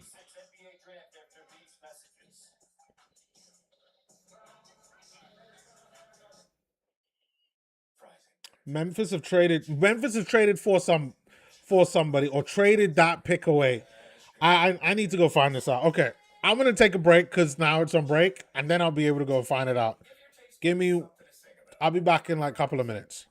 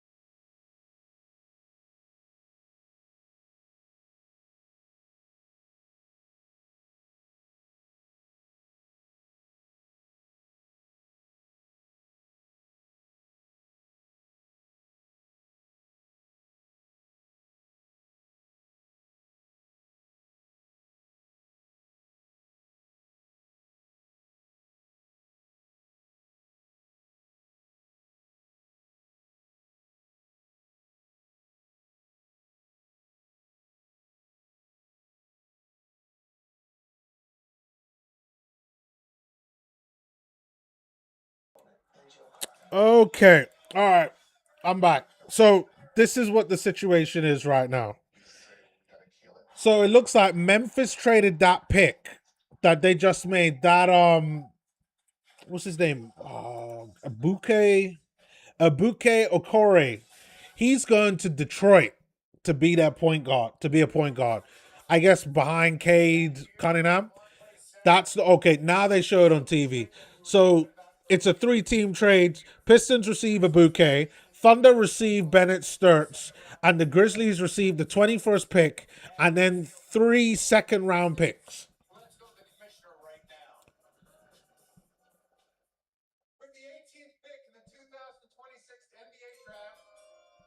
Charlotte Hornets again.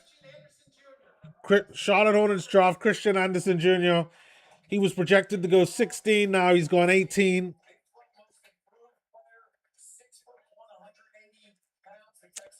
Not bad. Not bad. It's another guard there.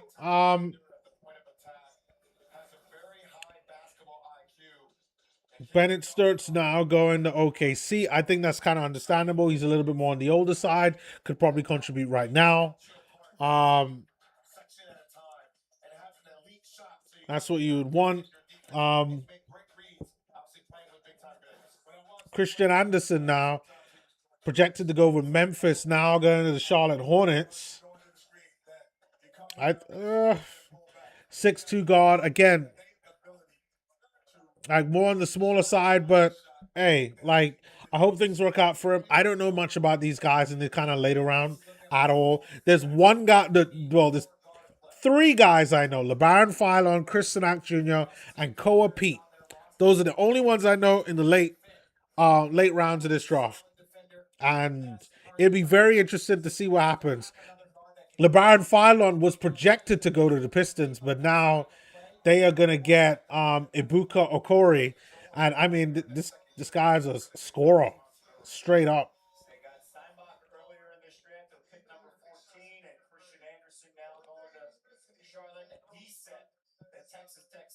Nice one.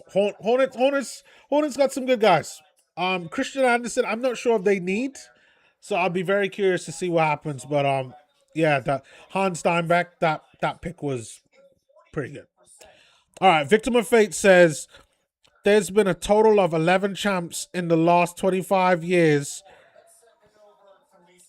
that had, I guess, the 25 years of the 1, 2, and 3 number picks. 11 out of 25. Okay, interesting stat.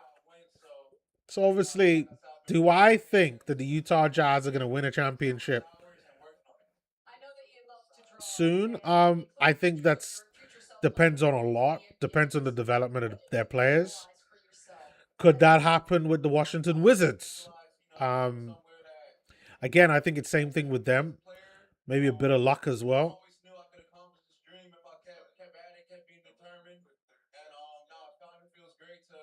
And then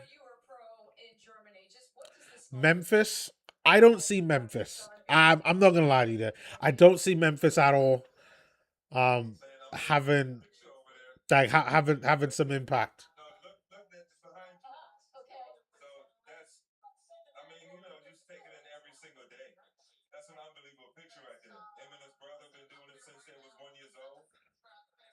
I'm just watching some of the video packages there on Christian Anderson.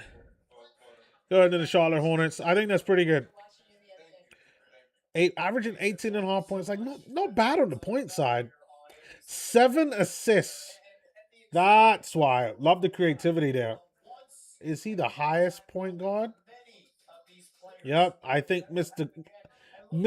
Anderson is the best creator, at least if you're looking at just assists, out of the draft. That's what they got there with him.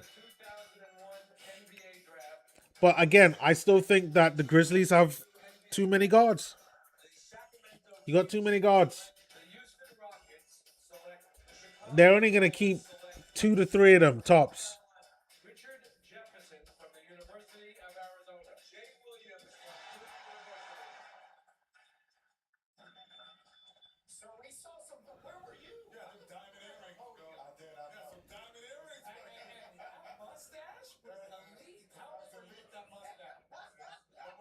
Okay.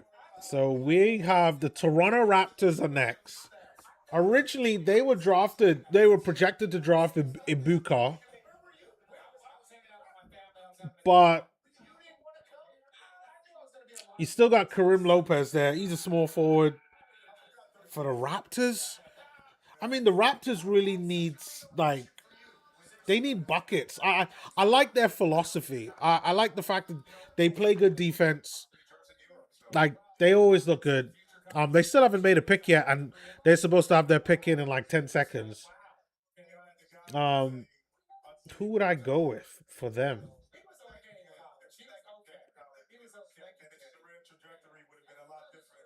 I don't think that they need guards. I think that they need a 3 or 4 man. I might go for Karim Lopez for them. Maybe Alan Graves. Maybe Isaiah Evans. I've heard about for over a year now. They might want to go for Isaiah Evans. I'll say Isaiah Evans. I'll say Isaiah Evans.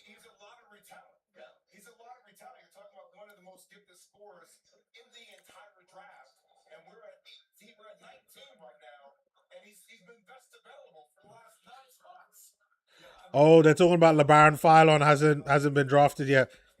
Don't worry, LeBaron will get drafted.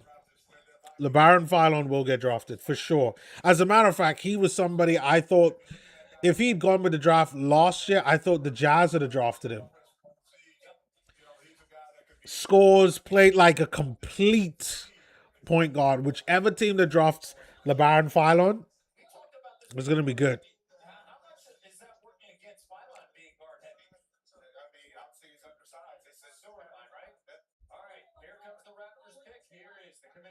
All right, here we go. The Toronto Raptors. Who are they going to choose?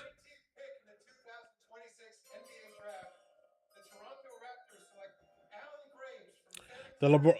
That's who they go for. They go for Allen Graves. That means again, Karim Lopez is dropped.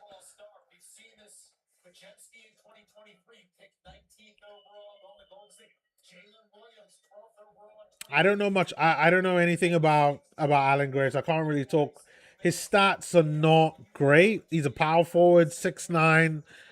Maybe I guess about right in terms of his position, 6'9" for a power forward. Nothing fantastic about it. Like just shy of 12 points, 6.5 rebounds, 1.8 assists, just shy of 1 block a game, and then he does have 1.9 steals, which I think that is pretty good. 1.9 steals. Yep, 1.9 steals. That's the highest out of everybody projected to go in the top 30. So he's probably going to be defense. I see he can shoot.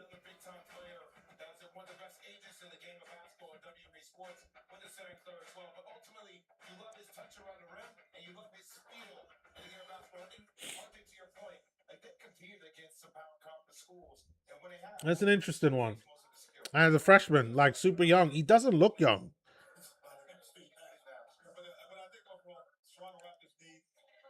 All right, the Pistons. So the Pistons are projected to draft next. Hold on. That pick. Did the Pistons trade their pick?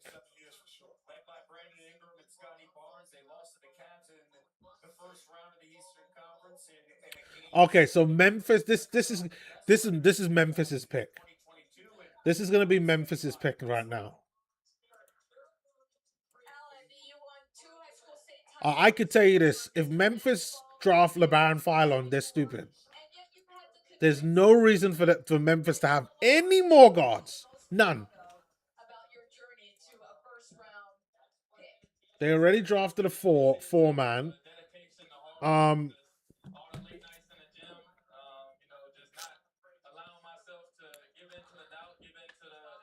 they might need. Oh, and if you're talking about who's in trouble with also Memphis as well, Taylor Hendricks, you're in trouble because the guy that got drafted, Cam Boozer, is going to be playing ahead of you. Like you are in trouble.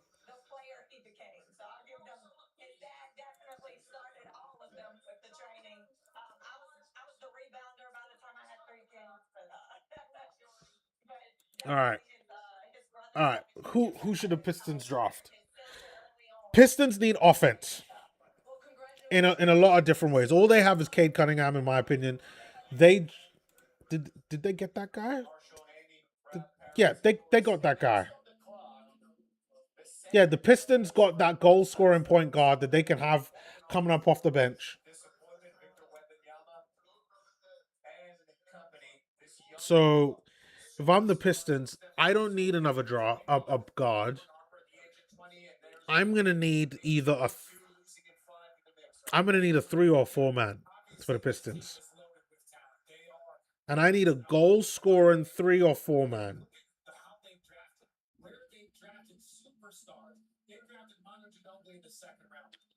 And Pistons are drafting number 21. Alan Graves would have been actually a good one for the Pistons. Sorry, no, hold on. No, Memphis are drafting right. See, all of this trading and stuff like this confusing the hell out of me.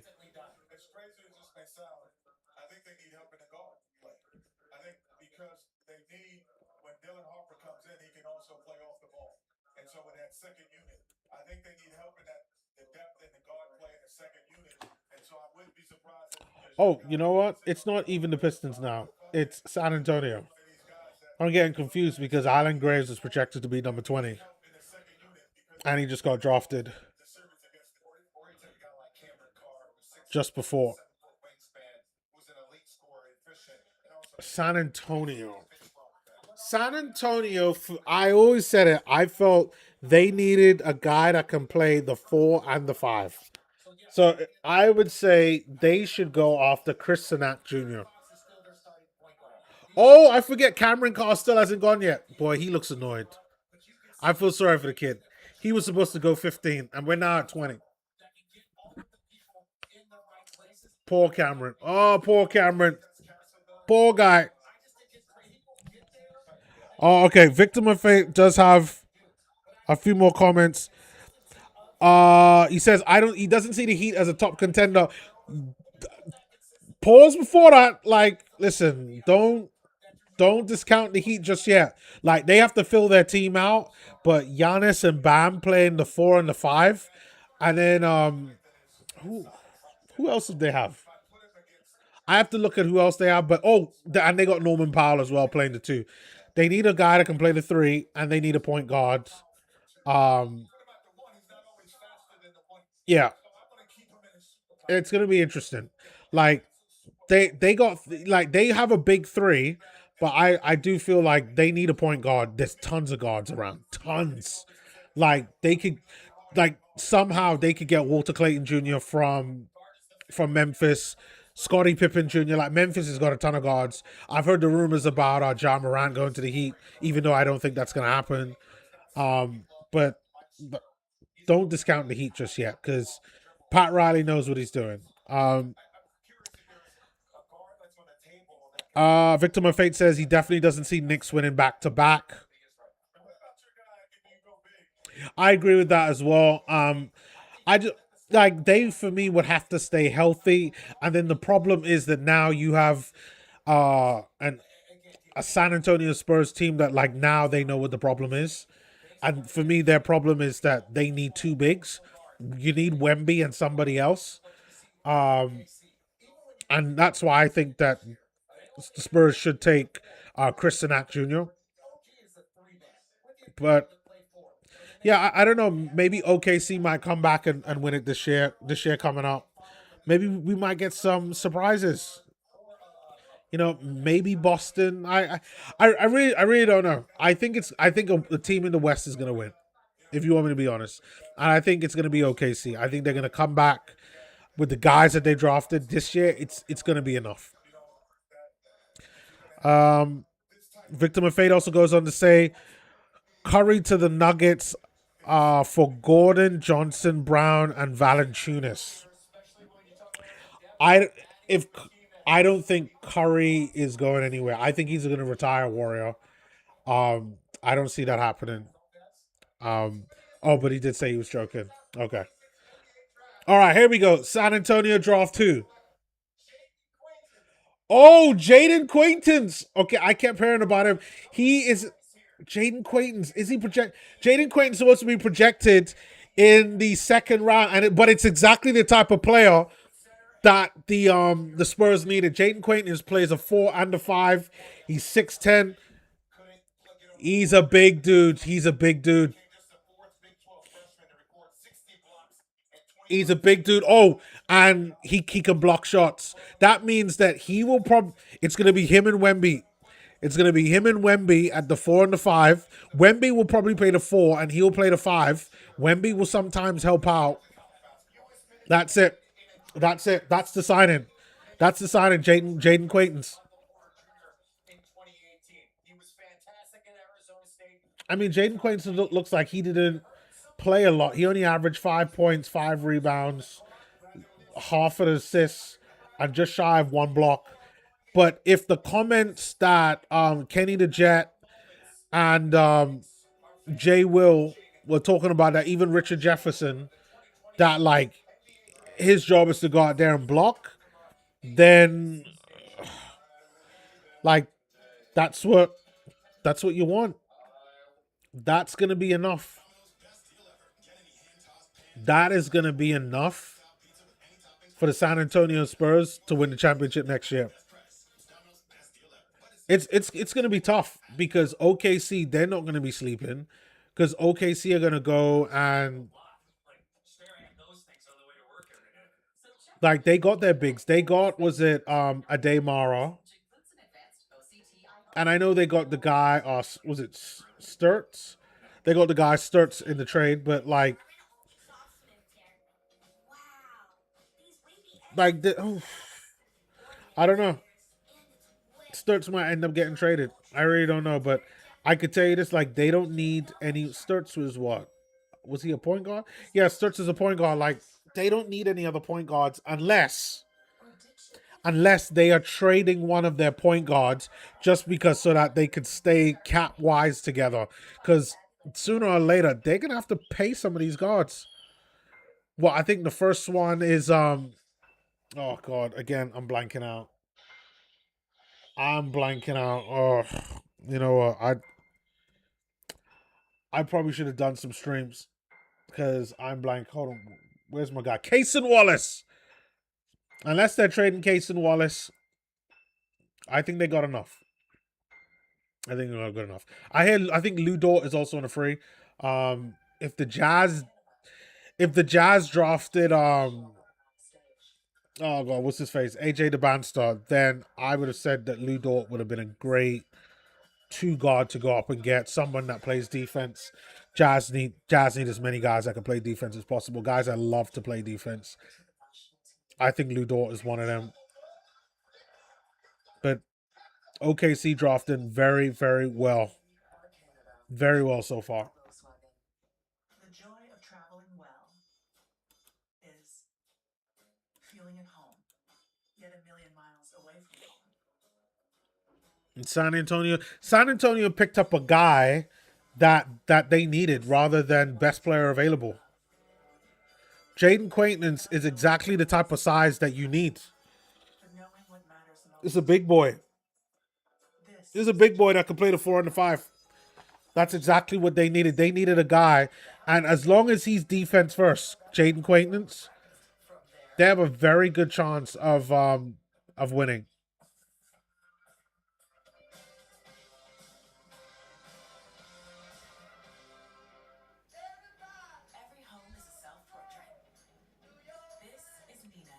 Okay. All right. So next is, I believe it's Detroit. That's next. They've already picked up the guard Ibuka Okori. Again, I think they need I think they need an offensive 3 or 4. Unfortunately, there isn't a lot here to go with.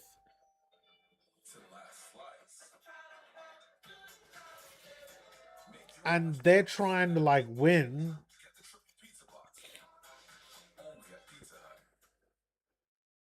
Like maybe they go off the Koa Pete. There's some guy by the name of Zuby Ejiofor. Maybe you want to go or Isaiah Evans. I don't know.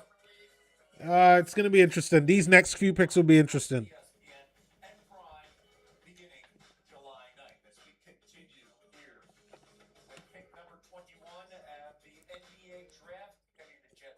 All right, pick number one. Oh no, no, I know about this. I know about this trade. All right, so the Detroit.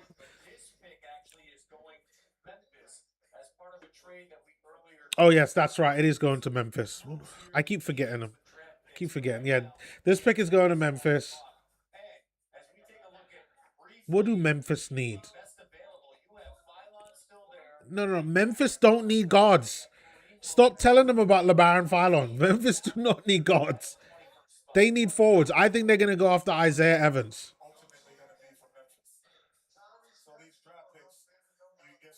Or maybe Karim Lopez. But like, do you really want a New Zealander in Memphis? How is he going to be able to deal with it?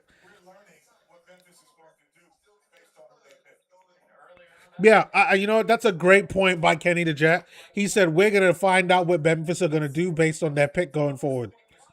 I think that absolutely correct.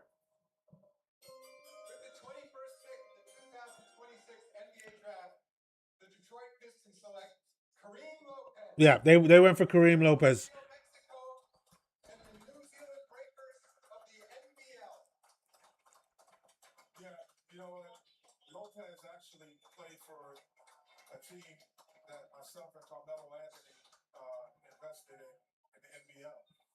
Oh, I didn't know that. Karim Lopez plays for a team that Carmelo Anthony and Kenny the Jet invest in.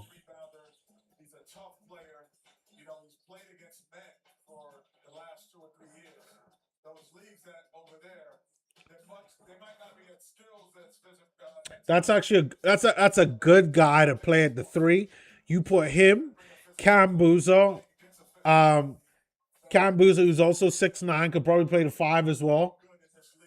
Karim Lopez at the three, Cam Boozer at the four, and then you got Zach Edey at the five, and then at the two, like you're just small at the two, because then okay, I think I see it right now. I think I see it. I think I see it.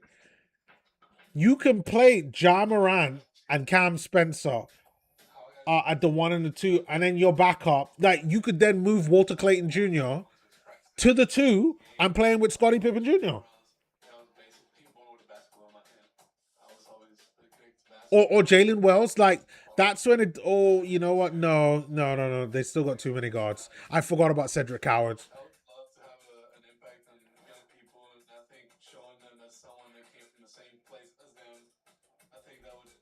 Now you still got too many guards.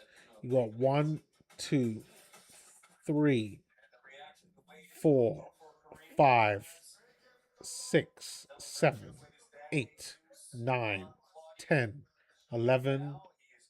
You got 11 guys where you can flip flop them in two positions.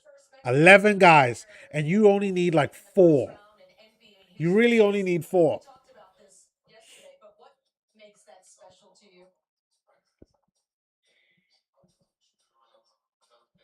Oh, Karim Lopez is he's getting emotional right now. It's okay. It's all right.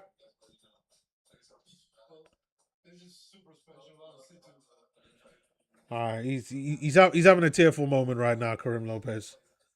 Um, completely understandable.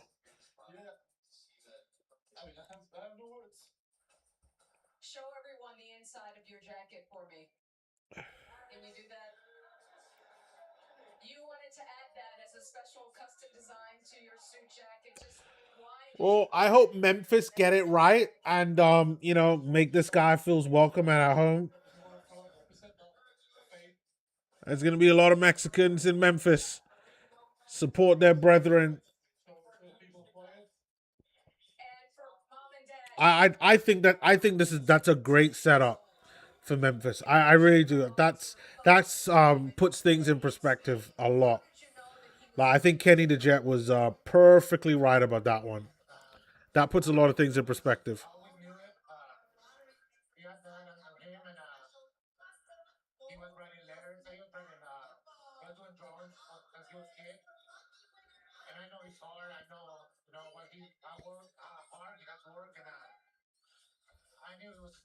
Oh, that's adorable. That's adorable. All right. 76ers, though. They're next on the clock. Right now, they're projected, or they were projected before today to get Chris Sanak Jr., but you still have Cameron Carr on there, oh, and LeBaron Philon. Um, they don't need. I don't think that they need a guard. I don't think they need a guard. They don't need guards. What they really, I don't. They need wings. They need wings. They need wings. They need somebody that could come on and come on for Joel Embiid. So I wouldn't be surprised to see. I wouldn't be surprised to see Chris Sanak.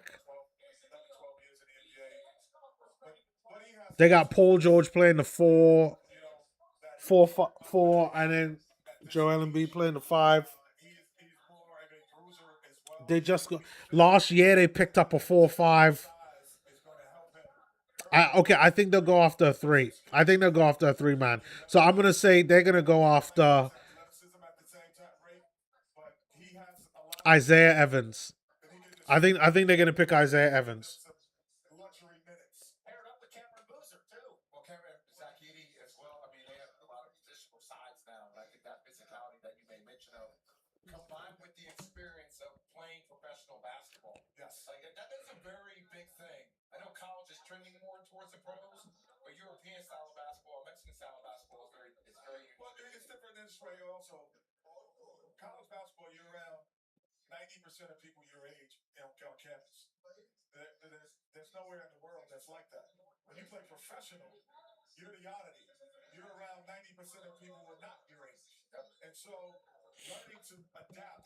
Kenny Smith has got some great points there talking about Karim Lopez already playing with professionals. Say basically the biggest point is that Karim Lopez doesn't have to learn to be a pro because he's already been playing with men already. I think that's a fantastic point.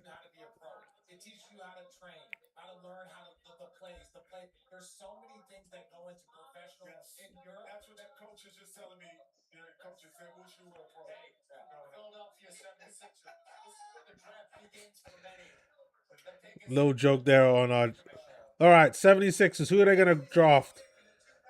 I said Isaiah Evans.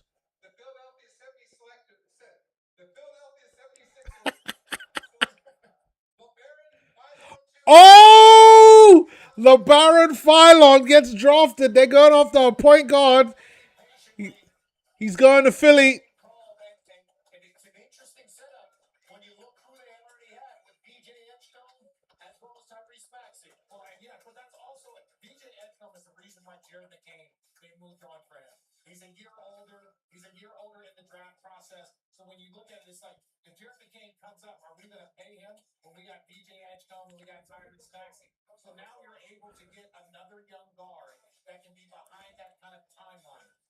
Okay, all right.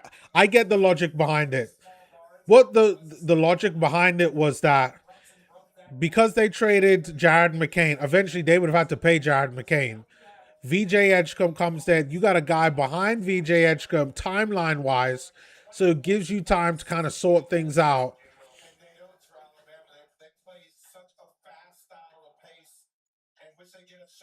That's pretty good. I feel sorry for Cameron Carr. My guy's a two guard. My guy's a two guard. He can have some problems.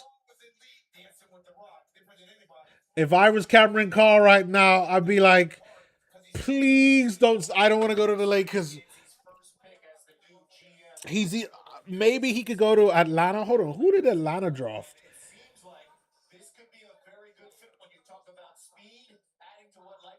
Hold on, Kingston Fleming. I don't remember hearing Kingston Fleming being drafted.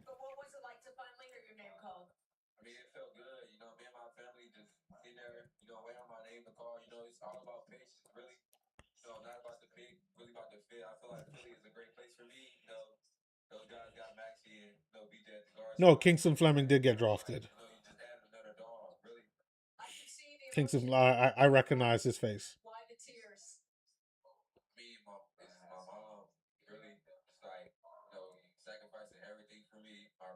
Or maybe not. Hold on. Hold up.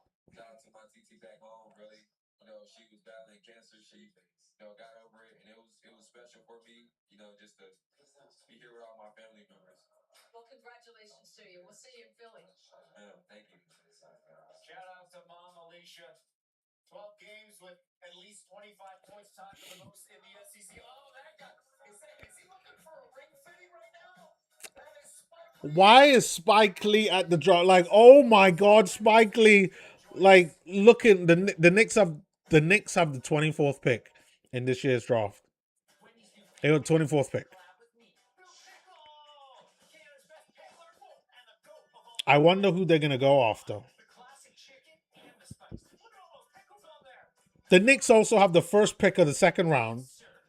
Alex Caravan, who God, he's been a while for a while. He's just been out there just making money in college, ain't even checking for the NBA.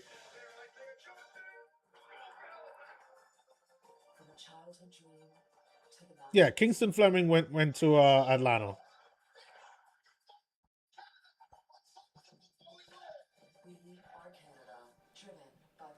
All right.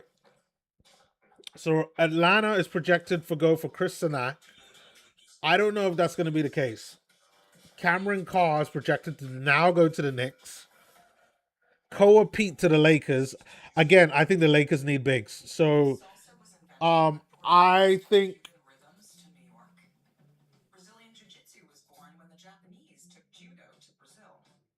the Lakers. I think the Lakers will go for Tyrus Reed. He's projected to go 28 to the Brooklyn Nets, but I don't know if I trust JJ Redick to develop a young player. The Lakers are ready to win right now, so I don't think that they should be bringing in like a freshman. Maybe they want to go for a guard because, like, they gonna have to pay what's his face AR-15 Austin Reeves, and if they can't, like, they will need guys that could come up off the bench and score. So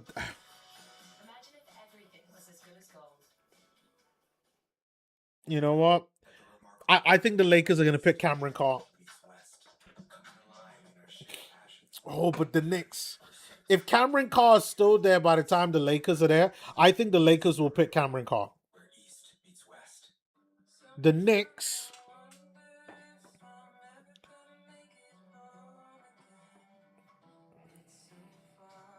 The Knicks would actually pick Chris Sanak Jr. because if my boy from the what you call from the Knicks right now doesn't sign a new deal, or if they can't afford him, like Chris Sanak Jr. signing him might be what you want to do.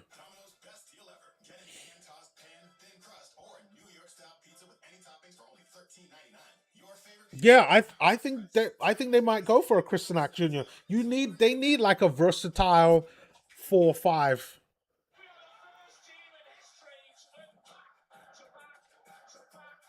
Yeah, I think that's pretty fair. They could do with a versatile 4-5.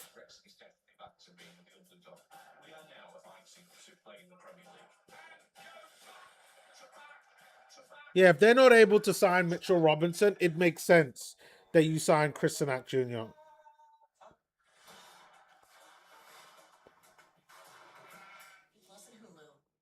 And some of those youngsters that they have, apart from the one they got last,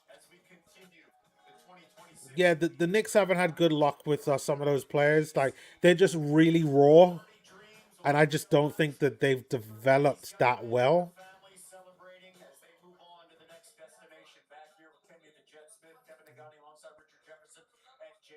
All right, Atlanta's got their pick. I mean, Atlanta could pick Chris Jr. as well. Yeah, I would say both the Knicks and Atlanta could choose Chris Jr.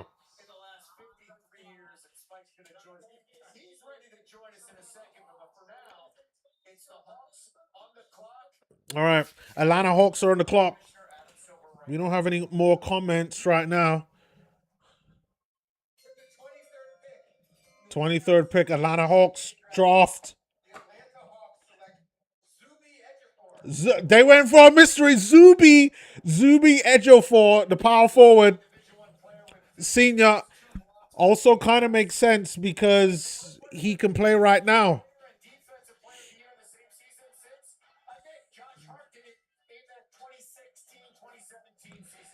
Zuby, he's 6'8". He's a pure power forward.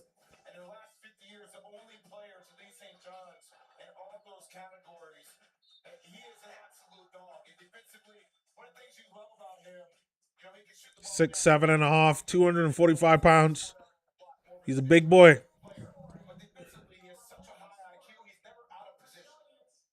And he's a defensive guy. Who do you think the Knicks should draft? I think it should be Chris Jr. I really do.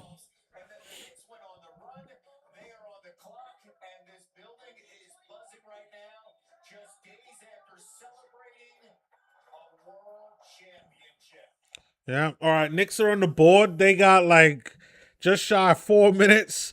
I'm gonna take a quick break since it's on break, and then I will be back. But I'm going with Chris Jr. Unless they take somebody in the second round, maybe Alex Caravan might be not be a bad one. Maybe they want to go for a 5 and go after Henry Visar, who I was talking about earlier. He's now projected to go to the Kings in the second round. Maybe if they want a Richie Saunders or BYU. I I don't know. I don't know. I don't know. The Knicks are still on the clock, but I'll be back. I'm gonna take a bit of a break, and then we will see who the Knicks will draft. I'm very, very excited about this one. The NBA champs and who they manage to draft. But I'll be right back.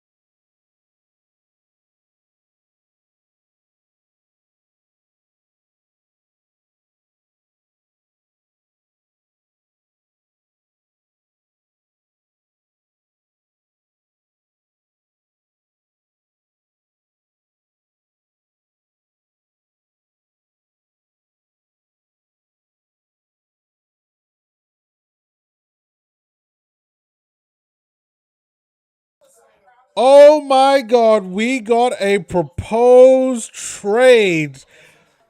The Lakers with the Knicks. We got something brewing. Something is wrong in the state of Denmark.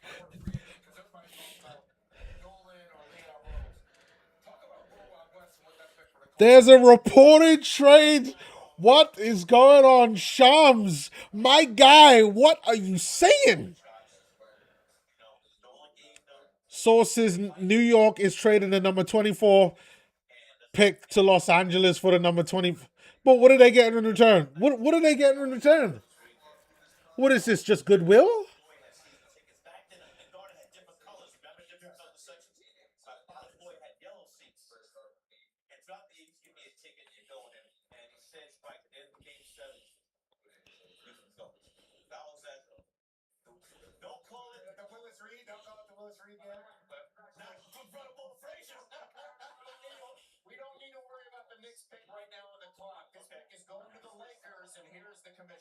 All right, here we go.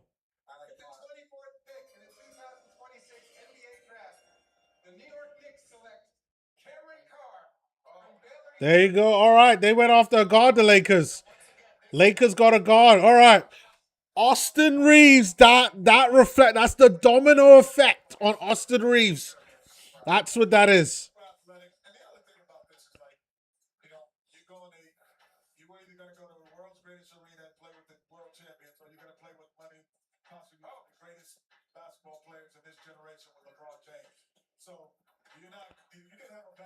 Oh, this kid has got hops. This kid has got hops. Oh, and he plays defense. This kid, this kid could shoot. 6'4.5".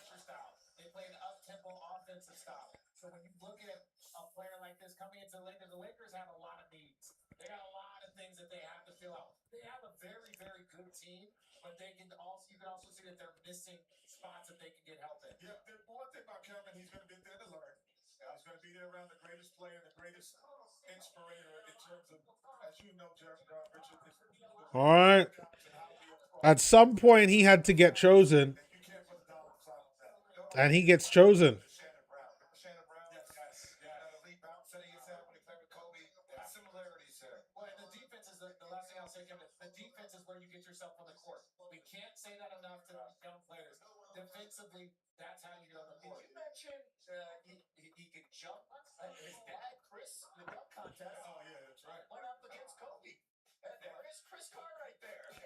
Oh wow! Oh, and his dad was an NBA player too. They showed he was in the slam dunk in '97. Oh, that's why I don't know him. Played against Kobe in the slam dunk contest.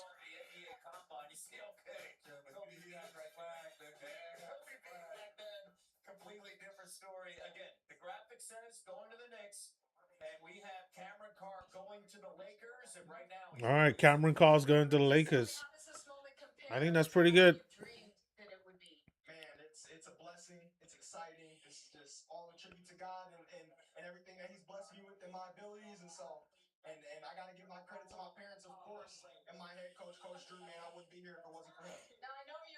This is great. This is great.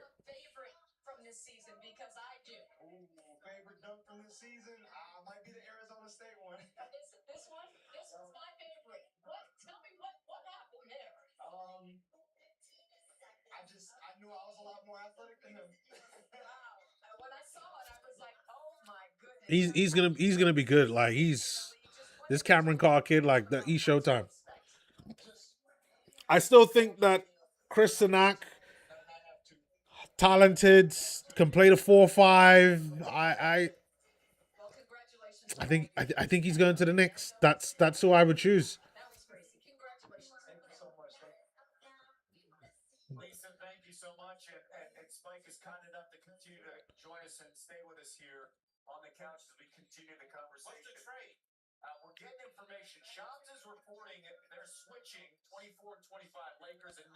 What did they get? Okay. Okay.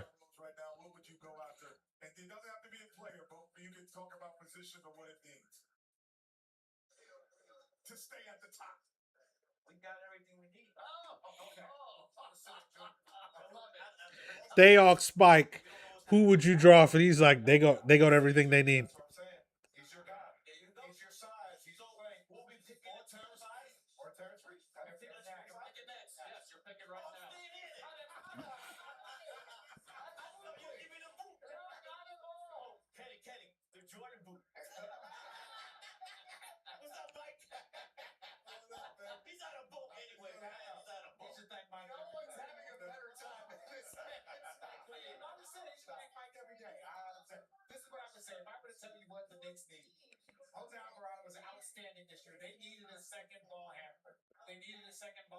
They got Jose Alvarado. They don't need another ball handler.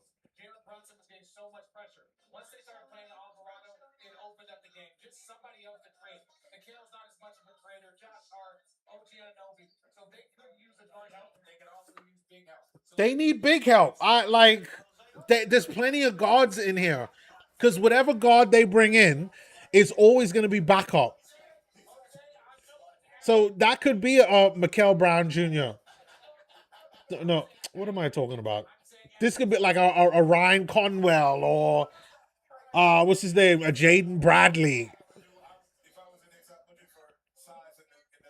Yeah, if I was the Knicks, I'm looking for size too. Completely agree with you, Kenny.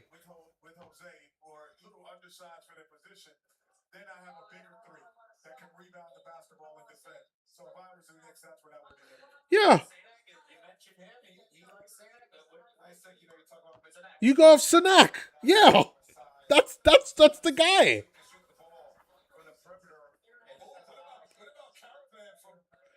Oh yeah, Alex Caravan. Yeah, yeah, yeah.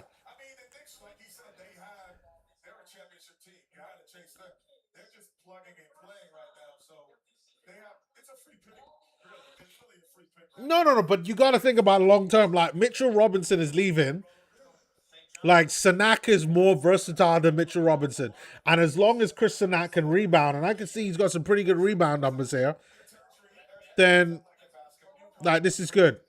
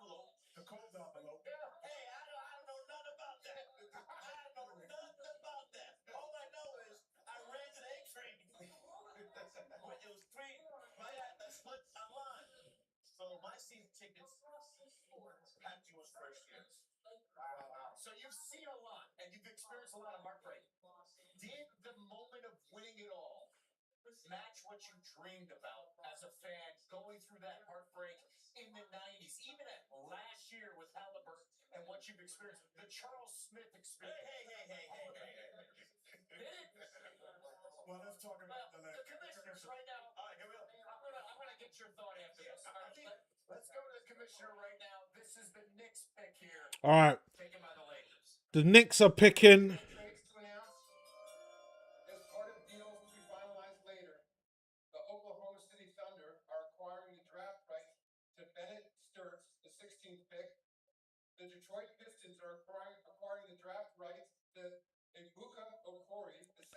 But we knew this.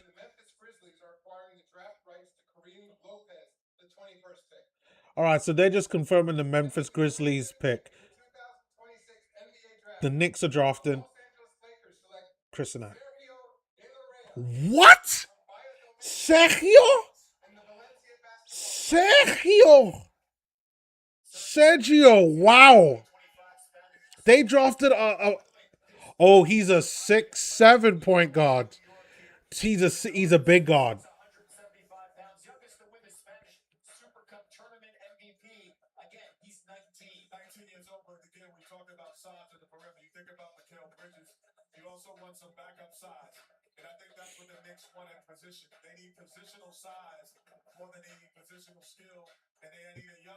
They went for a point guard. And they went for positional size 6, 7.5. That is good. You know what? Sergio should enjoy from Spain. He should enjoy New York. There's plenty of my Spanish brethren that are there. That's actually a really good pick. That's a pretty good pick. Chris Sanak. Still. Let me refresh this page. Chris Sanak is still not being drafted. Isaiah Evans, I thought somebody would have taken him by now. We're approaching literally the last five: 26, 27, 28, 29, and 30. And then the second round will be tomorrow. I'll definitely watch the second round. I don't know if I'm going to stream it. That's going to be it. But like, I'm definitely going to watch it.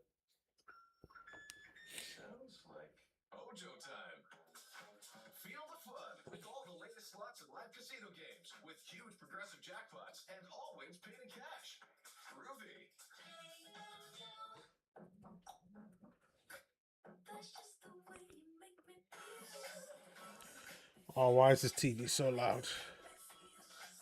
Okay. Now we might get all right. So the Knicks draft Sergio. The Denver Nuggets are next, followed by the Boston Celtics. The Nets. They don't need any more draft picks, but they got one more. The Cleveland Cavaliers, and then the number 30 pick is with the Dallas Mavericks. And with everything that's going on with the Boston Celtics, I'll be very curious to see what happens. They definitely need just some bucket getters. Like if I was them, I'd well, they're probably not going to take a guard. They're not going to take a. They're probably not going to take a guard. My guess is that they need a big.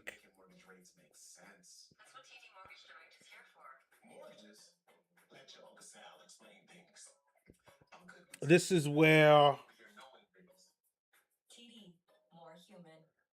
Chris Sanak or Tyrus Reed might be.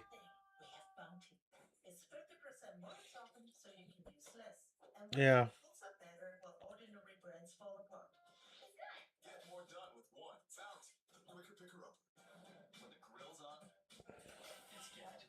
They really need a big. Oh, maybe they. Yeah. No, they need a big. Maybe they go and pick like a Henry Vasseur from who's projected to go in the second round. He's a 7-footer. He's a junior.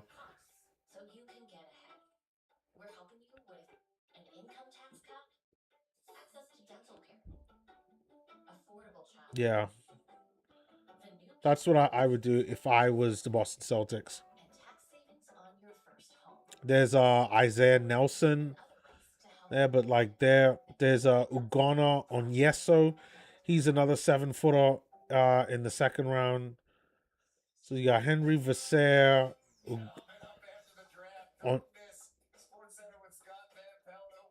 Onyeso. You know what? Like, they better not be changing the draft because I still want to watch.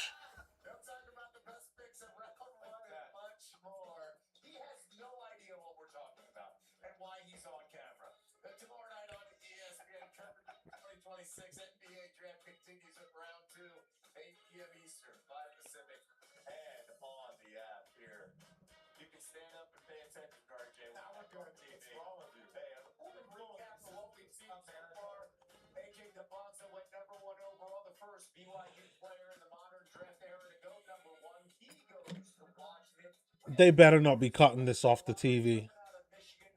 These last couple of picks. Because no one really cares about watching more ESPN crappy news.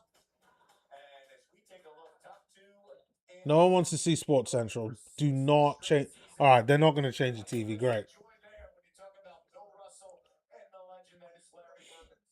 We're looking at the second round.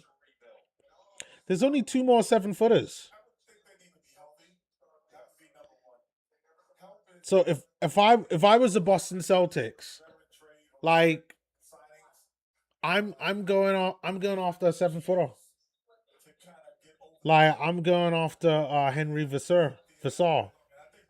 He's a junior. He's a little older.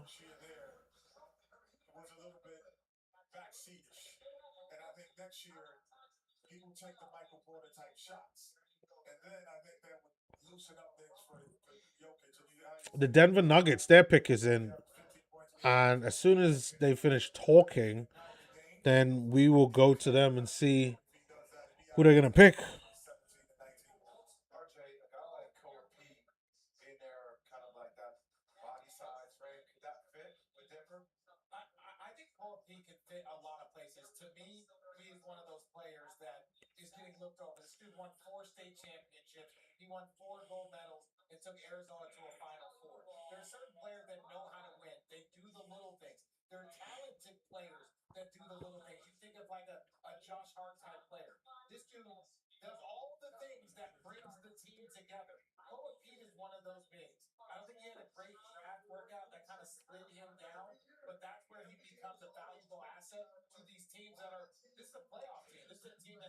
Yeah, Chris Sanak Jr. Like he is sliding big time. Isaiah Evans is sliding. Koa Pete is sliding. Alex Caravan and Henry Vassar. But like, I really would be looking to. Who, Terrence Reed Jr. going to the Denver Nuggets. I believe he is a center that we talked about a little while ago. Terrence Reed, 6'9 3/4, 260. Oh boy, he's a big boy. He's a bigums, but he can pass and rebound. He's a bigums. Tyrus Reed Jr. He's projected to go 28. He goes 26. He's a senior. He can play. Average 14 points, 9 rebounds, 2.3 assists, 2 blocks a game. He's gonna give you that defensive support you need. They even said it like the Nuggets need an enforcer, and that's exactly what he's gonna give.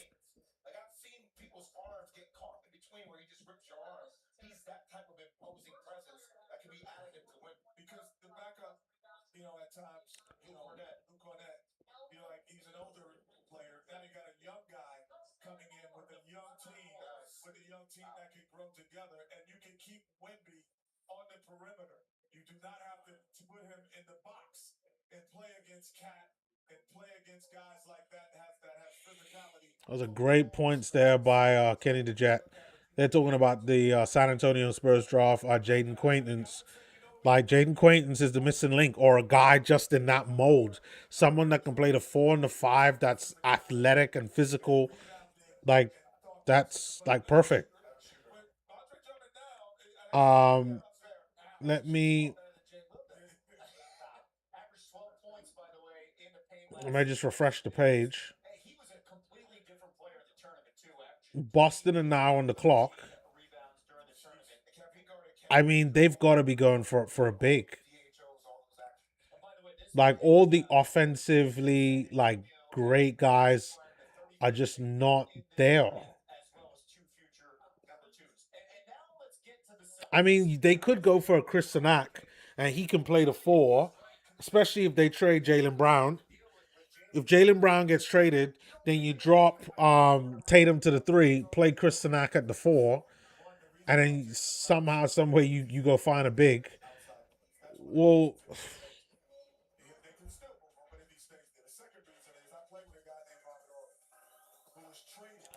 unless somehow in the second round the Celtics draft Agona Onyeso.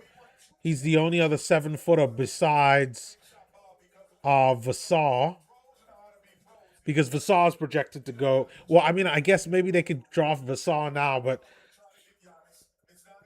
I think I'd rather go after the versatile guy who could play the 4-5.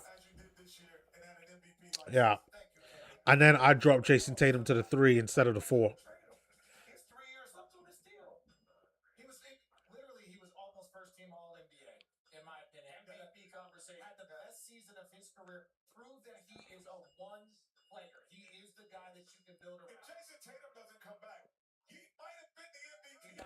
Wow. Okay, we got to trade.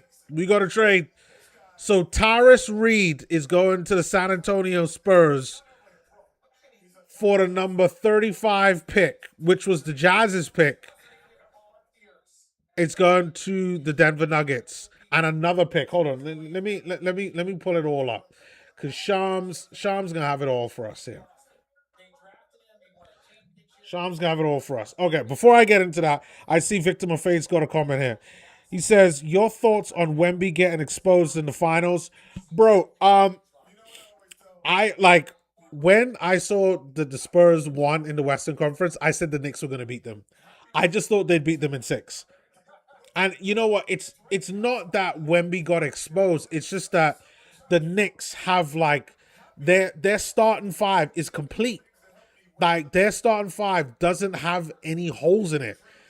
Spurs Spurs one always did. Wemby was always getting gassed all throughout the season. So like you could see signs of it.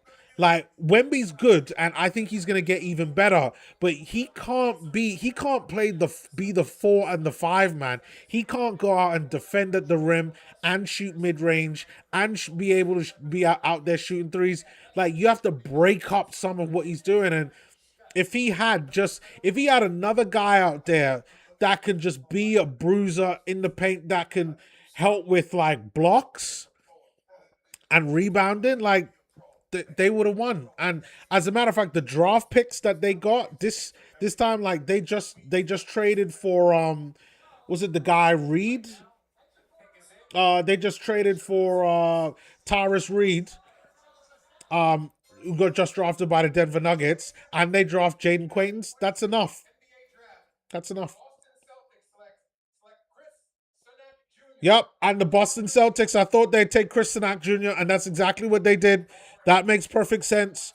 If you trade Jalen Brown, who plays the 2-3, I think Tatum will then drop down to the 3. Chris will play the 4. And then they just need to find like a dominant like 5 man.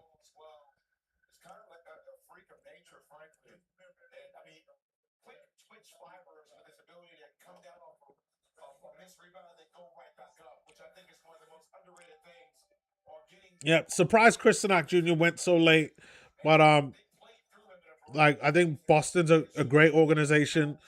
That's exactly the type of place you want to go. Like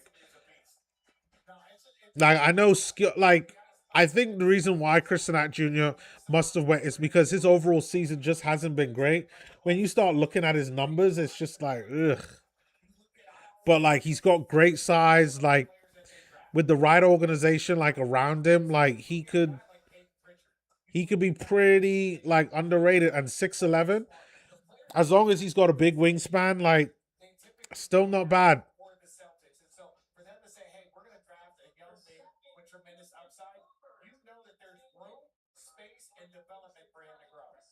Yeah, lots of room for Kristanak to grow. I completely agree with Richard Jefferson on that one.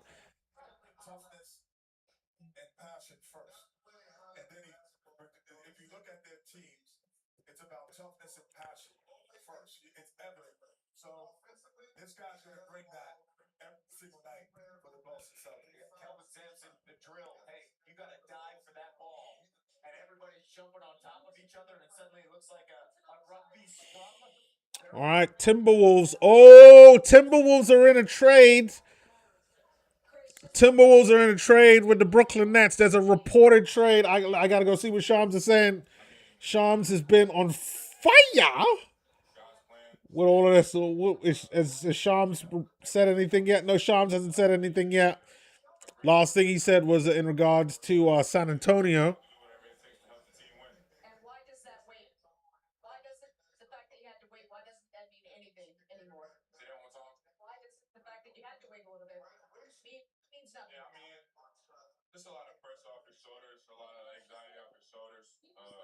Chris Sanak making it clear that the fact that he has to wait didn't mean anything. And hey, like at least you got drafted, and at least financially he got that guaranteed money. Um, I'm sure they'll offer him like a sizable amount, but there's gonna be a lot of changes, man. I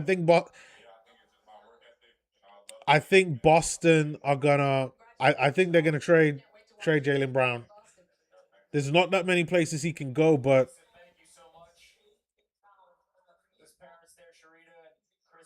Brooklyn might not be a bad shot for Jaylen Brown.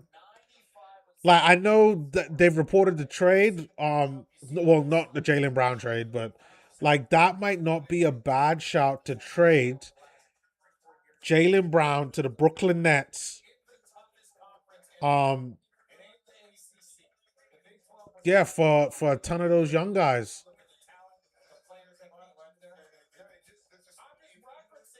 That's what I would do.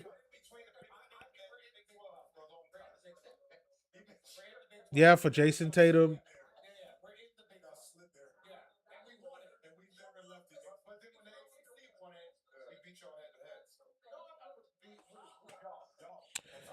No more comments there.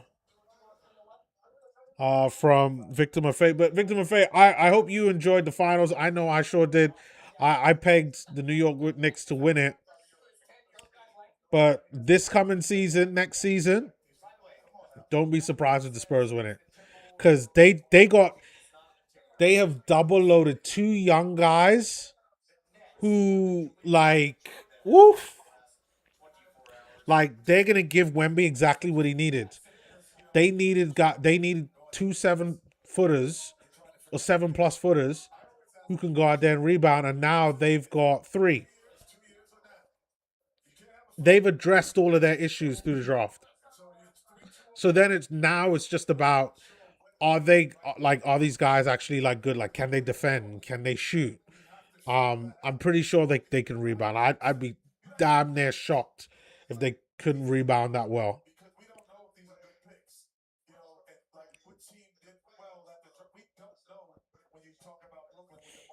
All right. So trade coming. Shams hasn't said anything yet. Very interesting.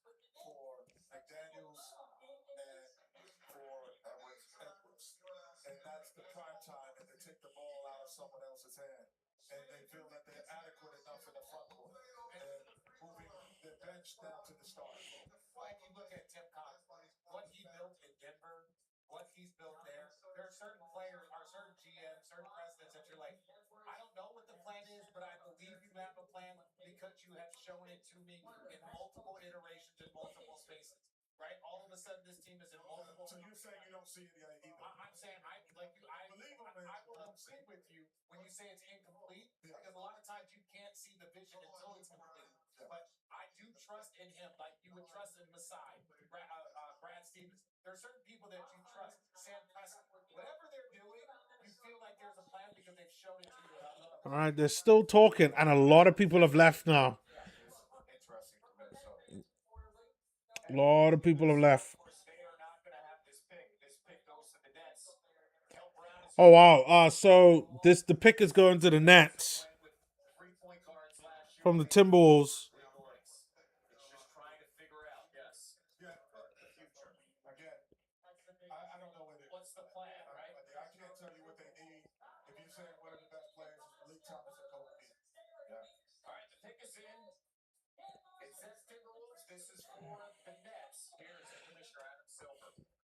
The Nets.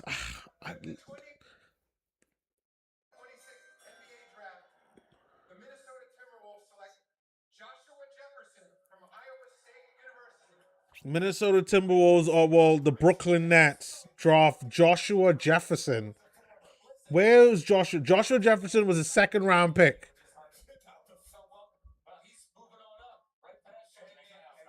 Senior, power forward, small forward. going to the Brooklyn Nets. What are the Brooklyn Nets doing? Like, what are the Brooklyn Nets doing? Like, this is a lot. It's a lot of guys.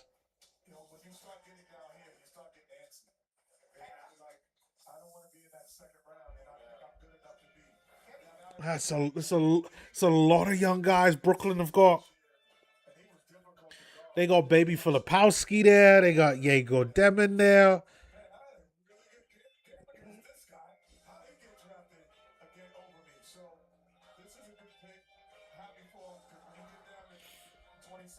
Very interesting.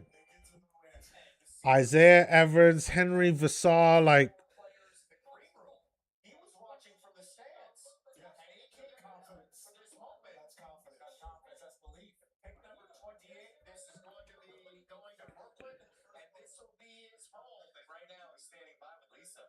all right, Joshua Jefferson going to Brooklyn.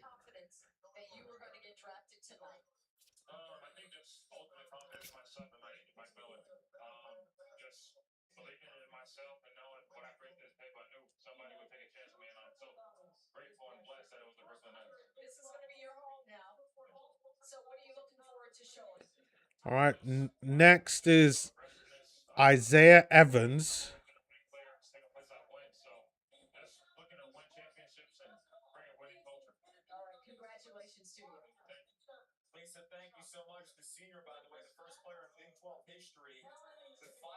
All right. I gotta take a quick break. I gotta go get my dinner. I'll be right back though. I will not be too long. We got a couple of more picks and then I'll be saying sayonara. But I'll be right back.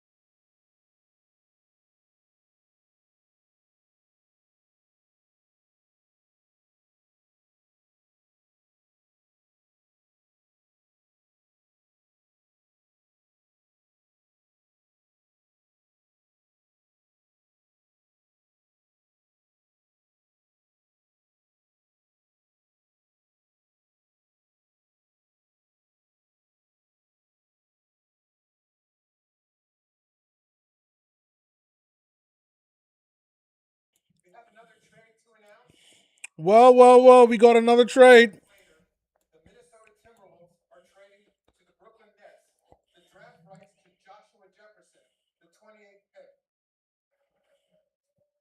The Kings look like they're also trying to get this Cavs pick.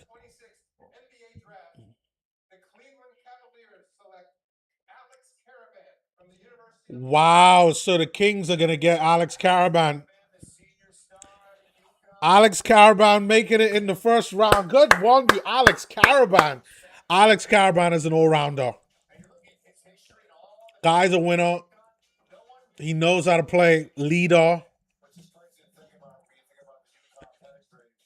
He should have got drafted 2 years ago.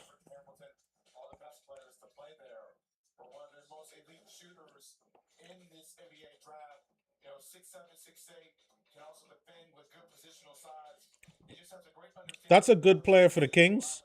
I mean, they're completely rebuilding, so that's a good start for them.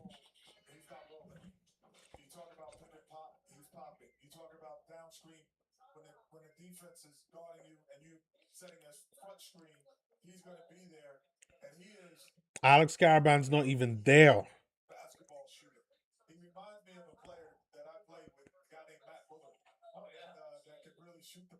That's wild.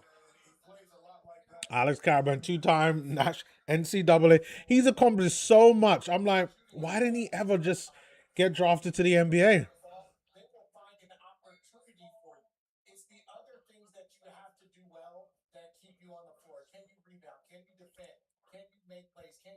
So we got one more pick. The Dallas Mavericks.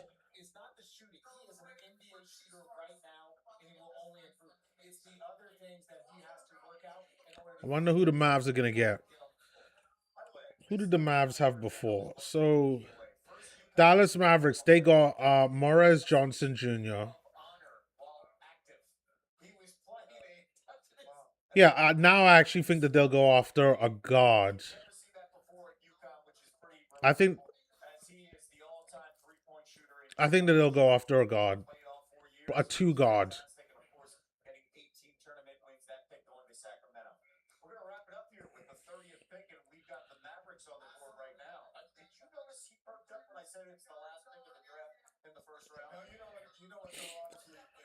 Maybe they'll go after this guy, Malik Thomas.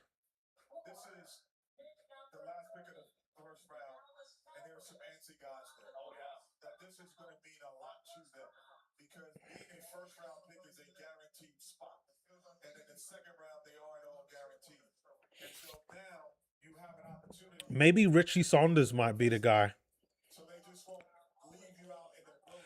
I know he's a little older. Like he's on. Wow, he's almost 25. Yeah, Richie Saunders isn't getting. No. Never mind. Richie Saunders isn't getting drafted. Dallas Mavericks already chose their pick though.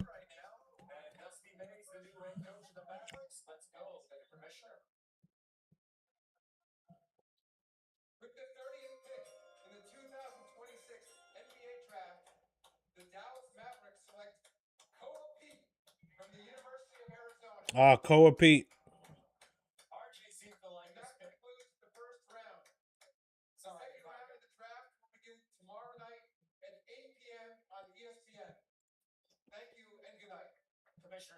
All right. Koa Pete. Koa Pete, 6'7" power forward.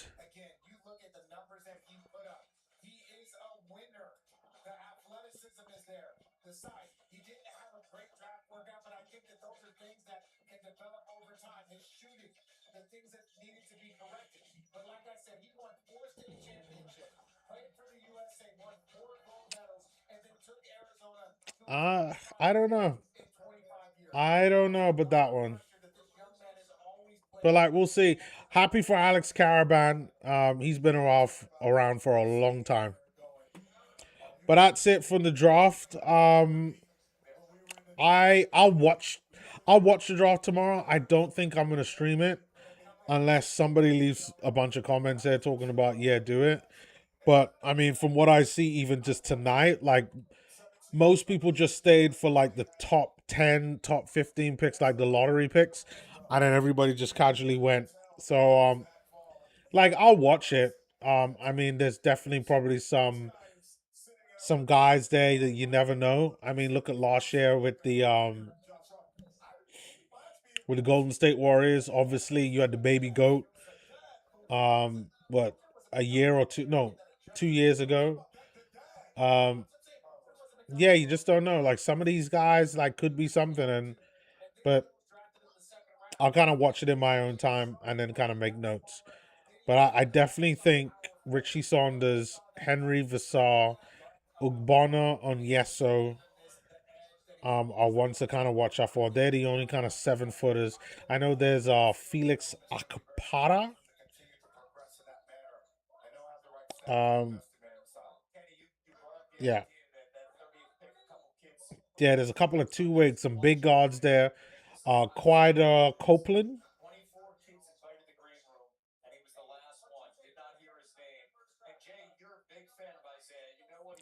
Isaiah Evans is also there. He didn't get drafted. I feel for the guy.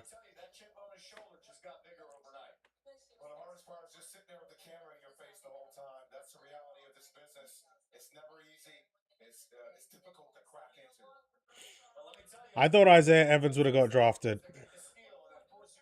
I thought he would have got drafted. But like I get it. He's only a 6'6" small forward. Small forward, you're expecting like 6'8". Um, like even into the second round, you could see like the Knicks. The Knicks have the first pick in the second round. I thought if Alex Caravan didn't get taken, the Knicks should definitely have taken out Alex Caravan. That would have been a great pick for them.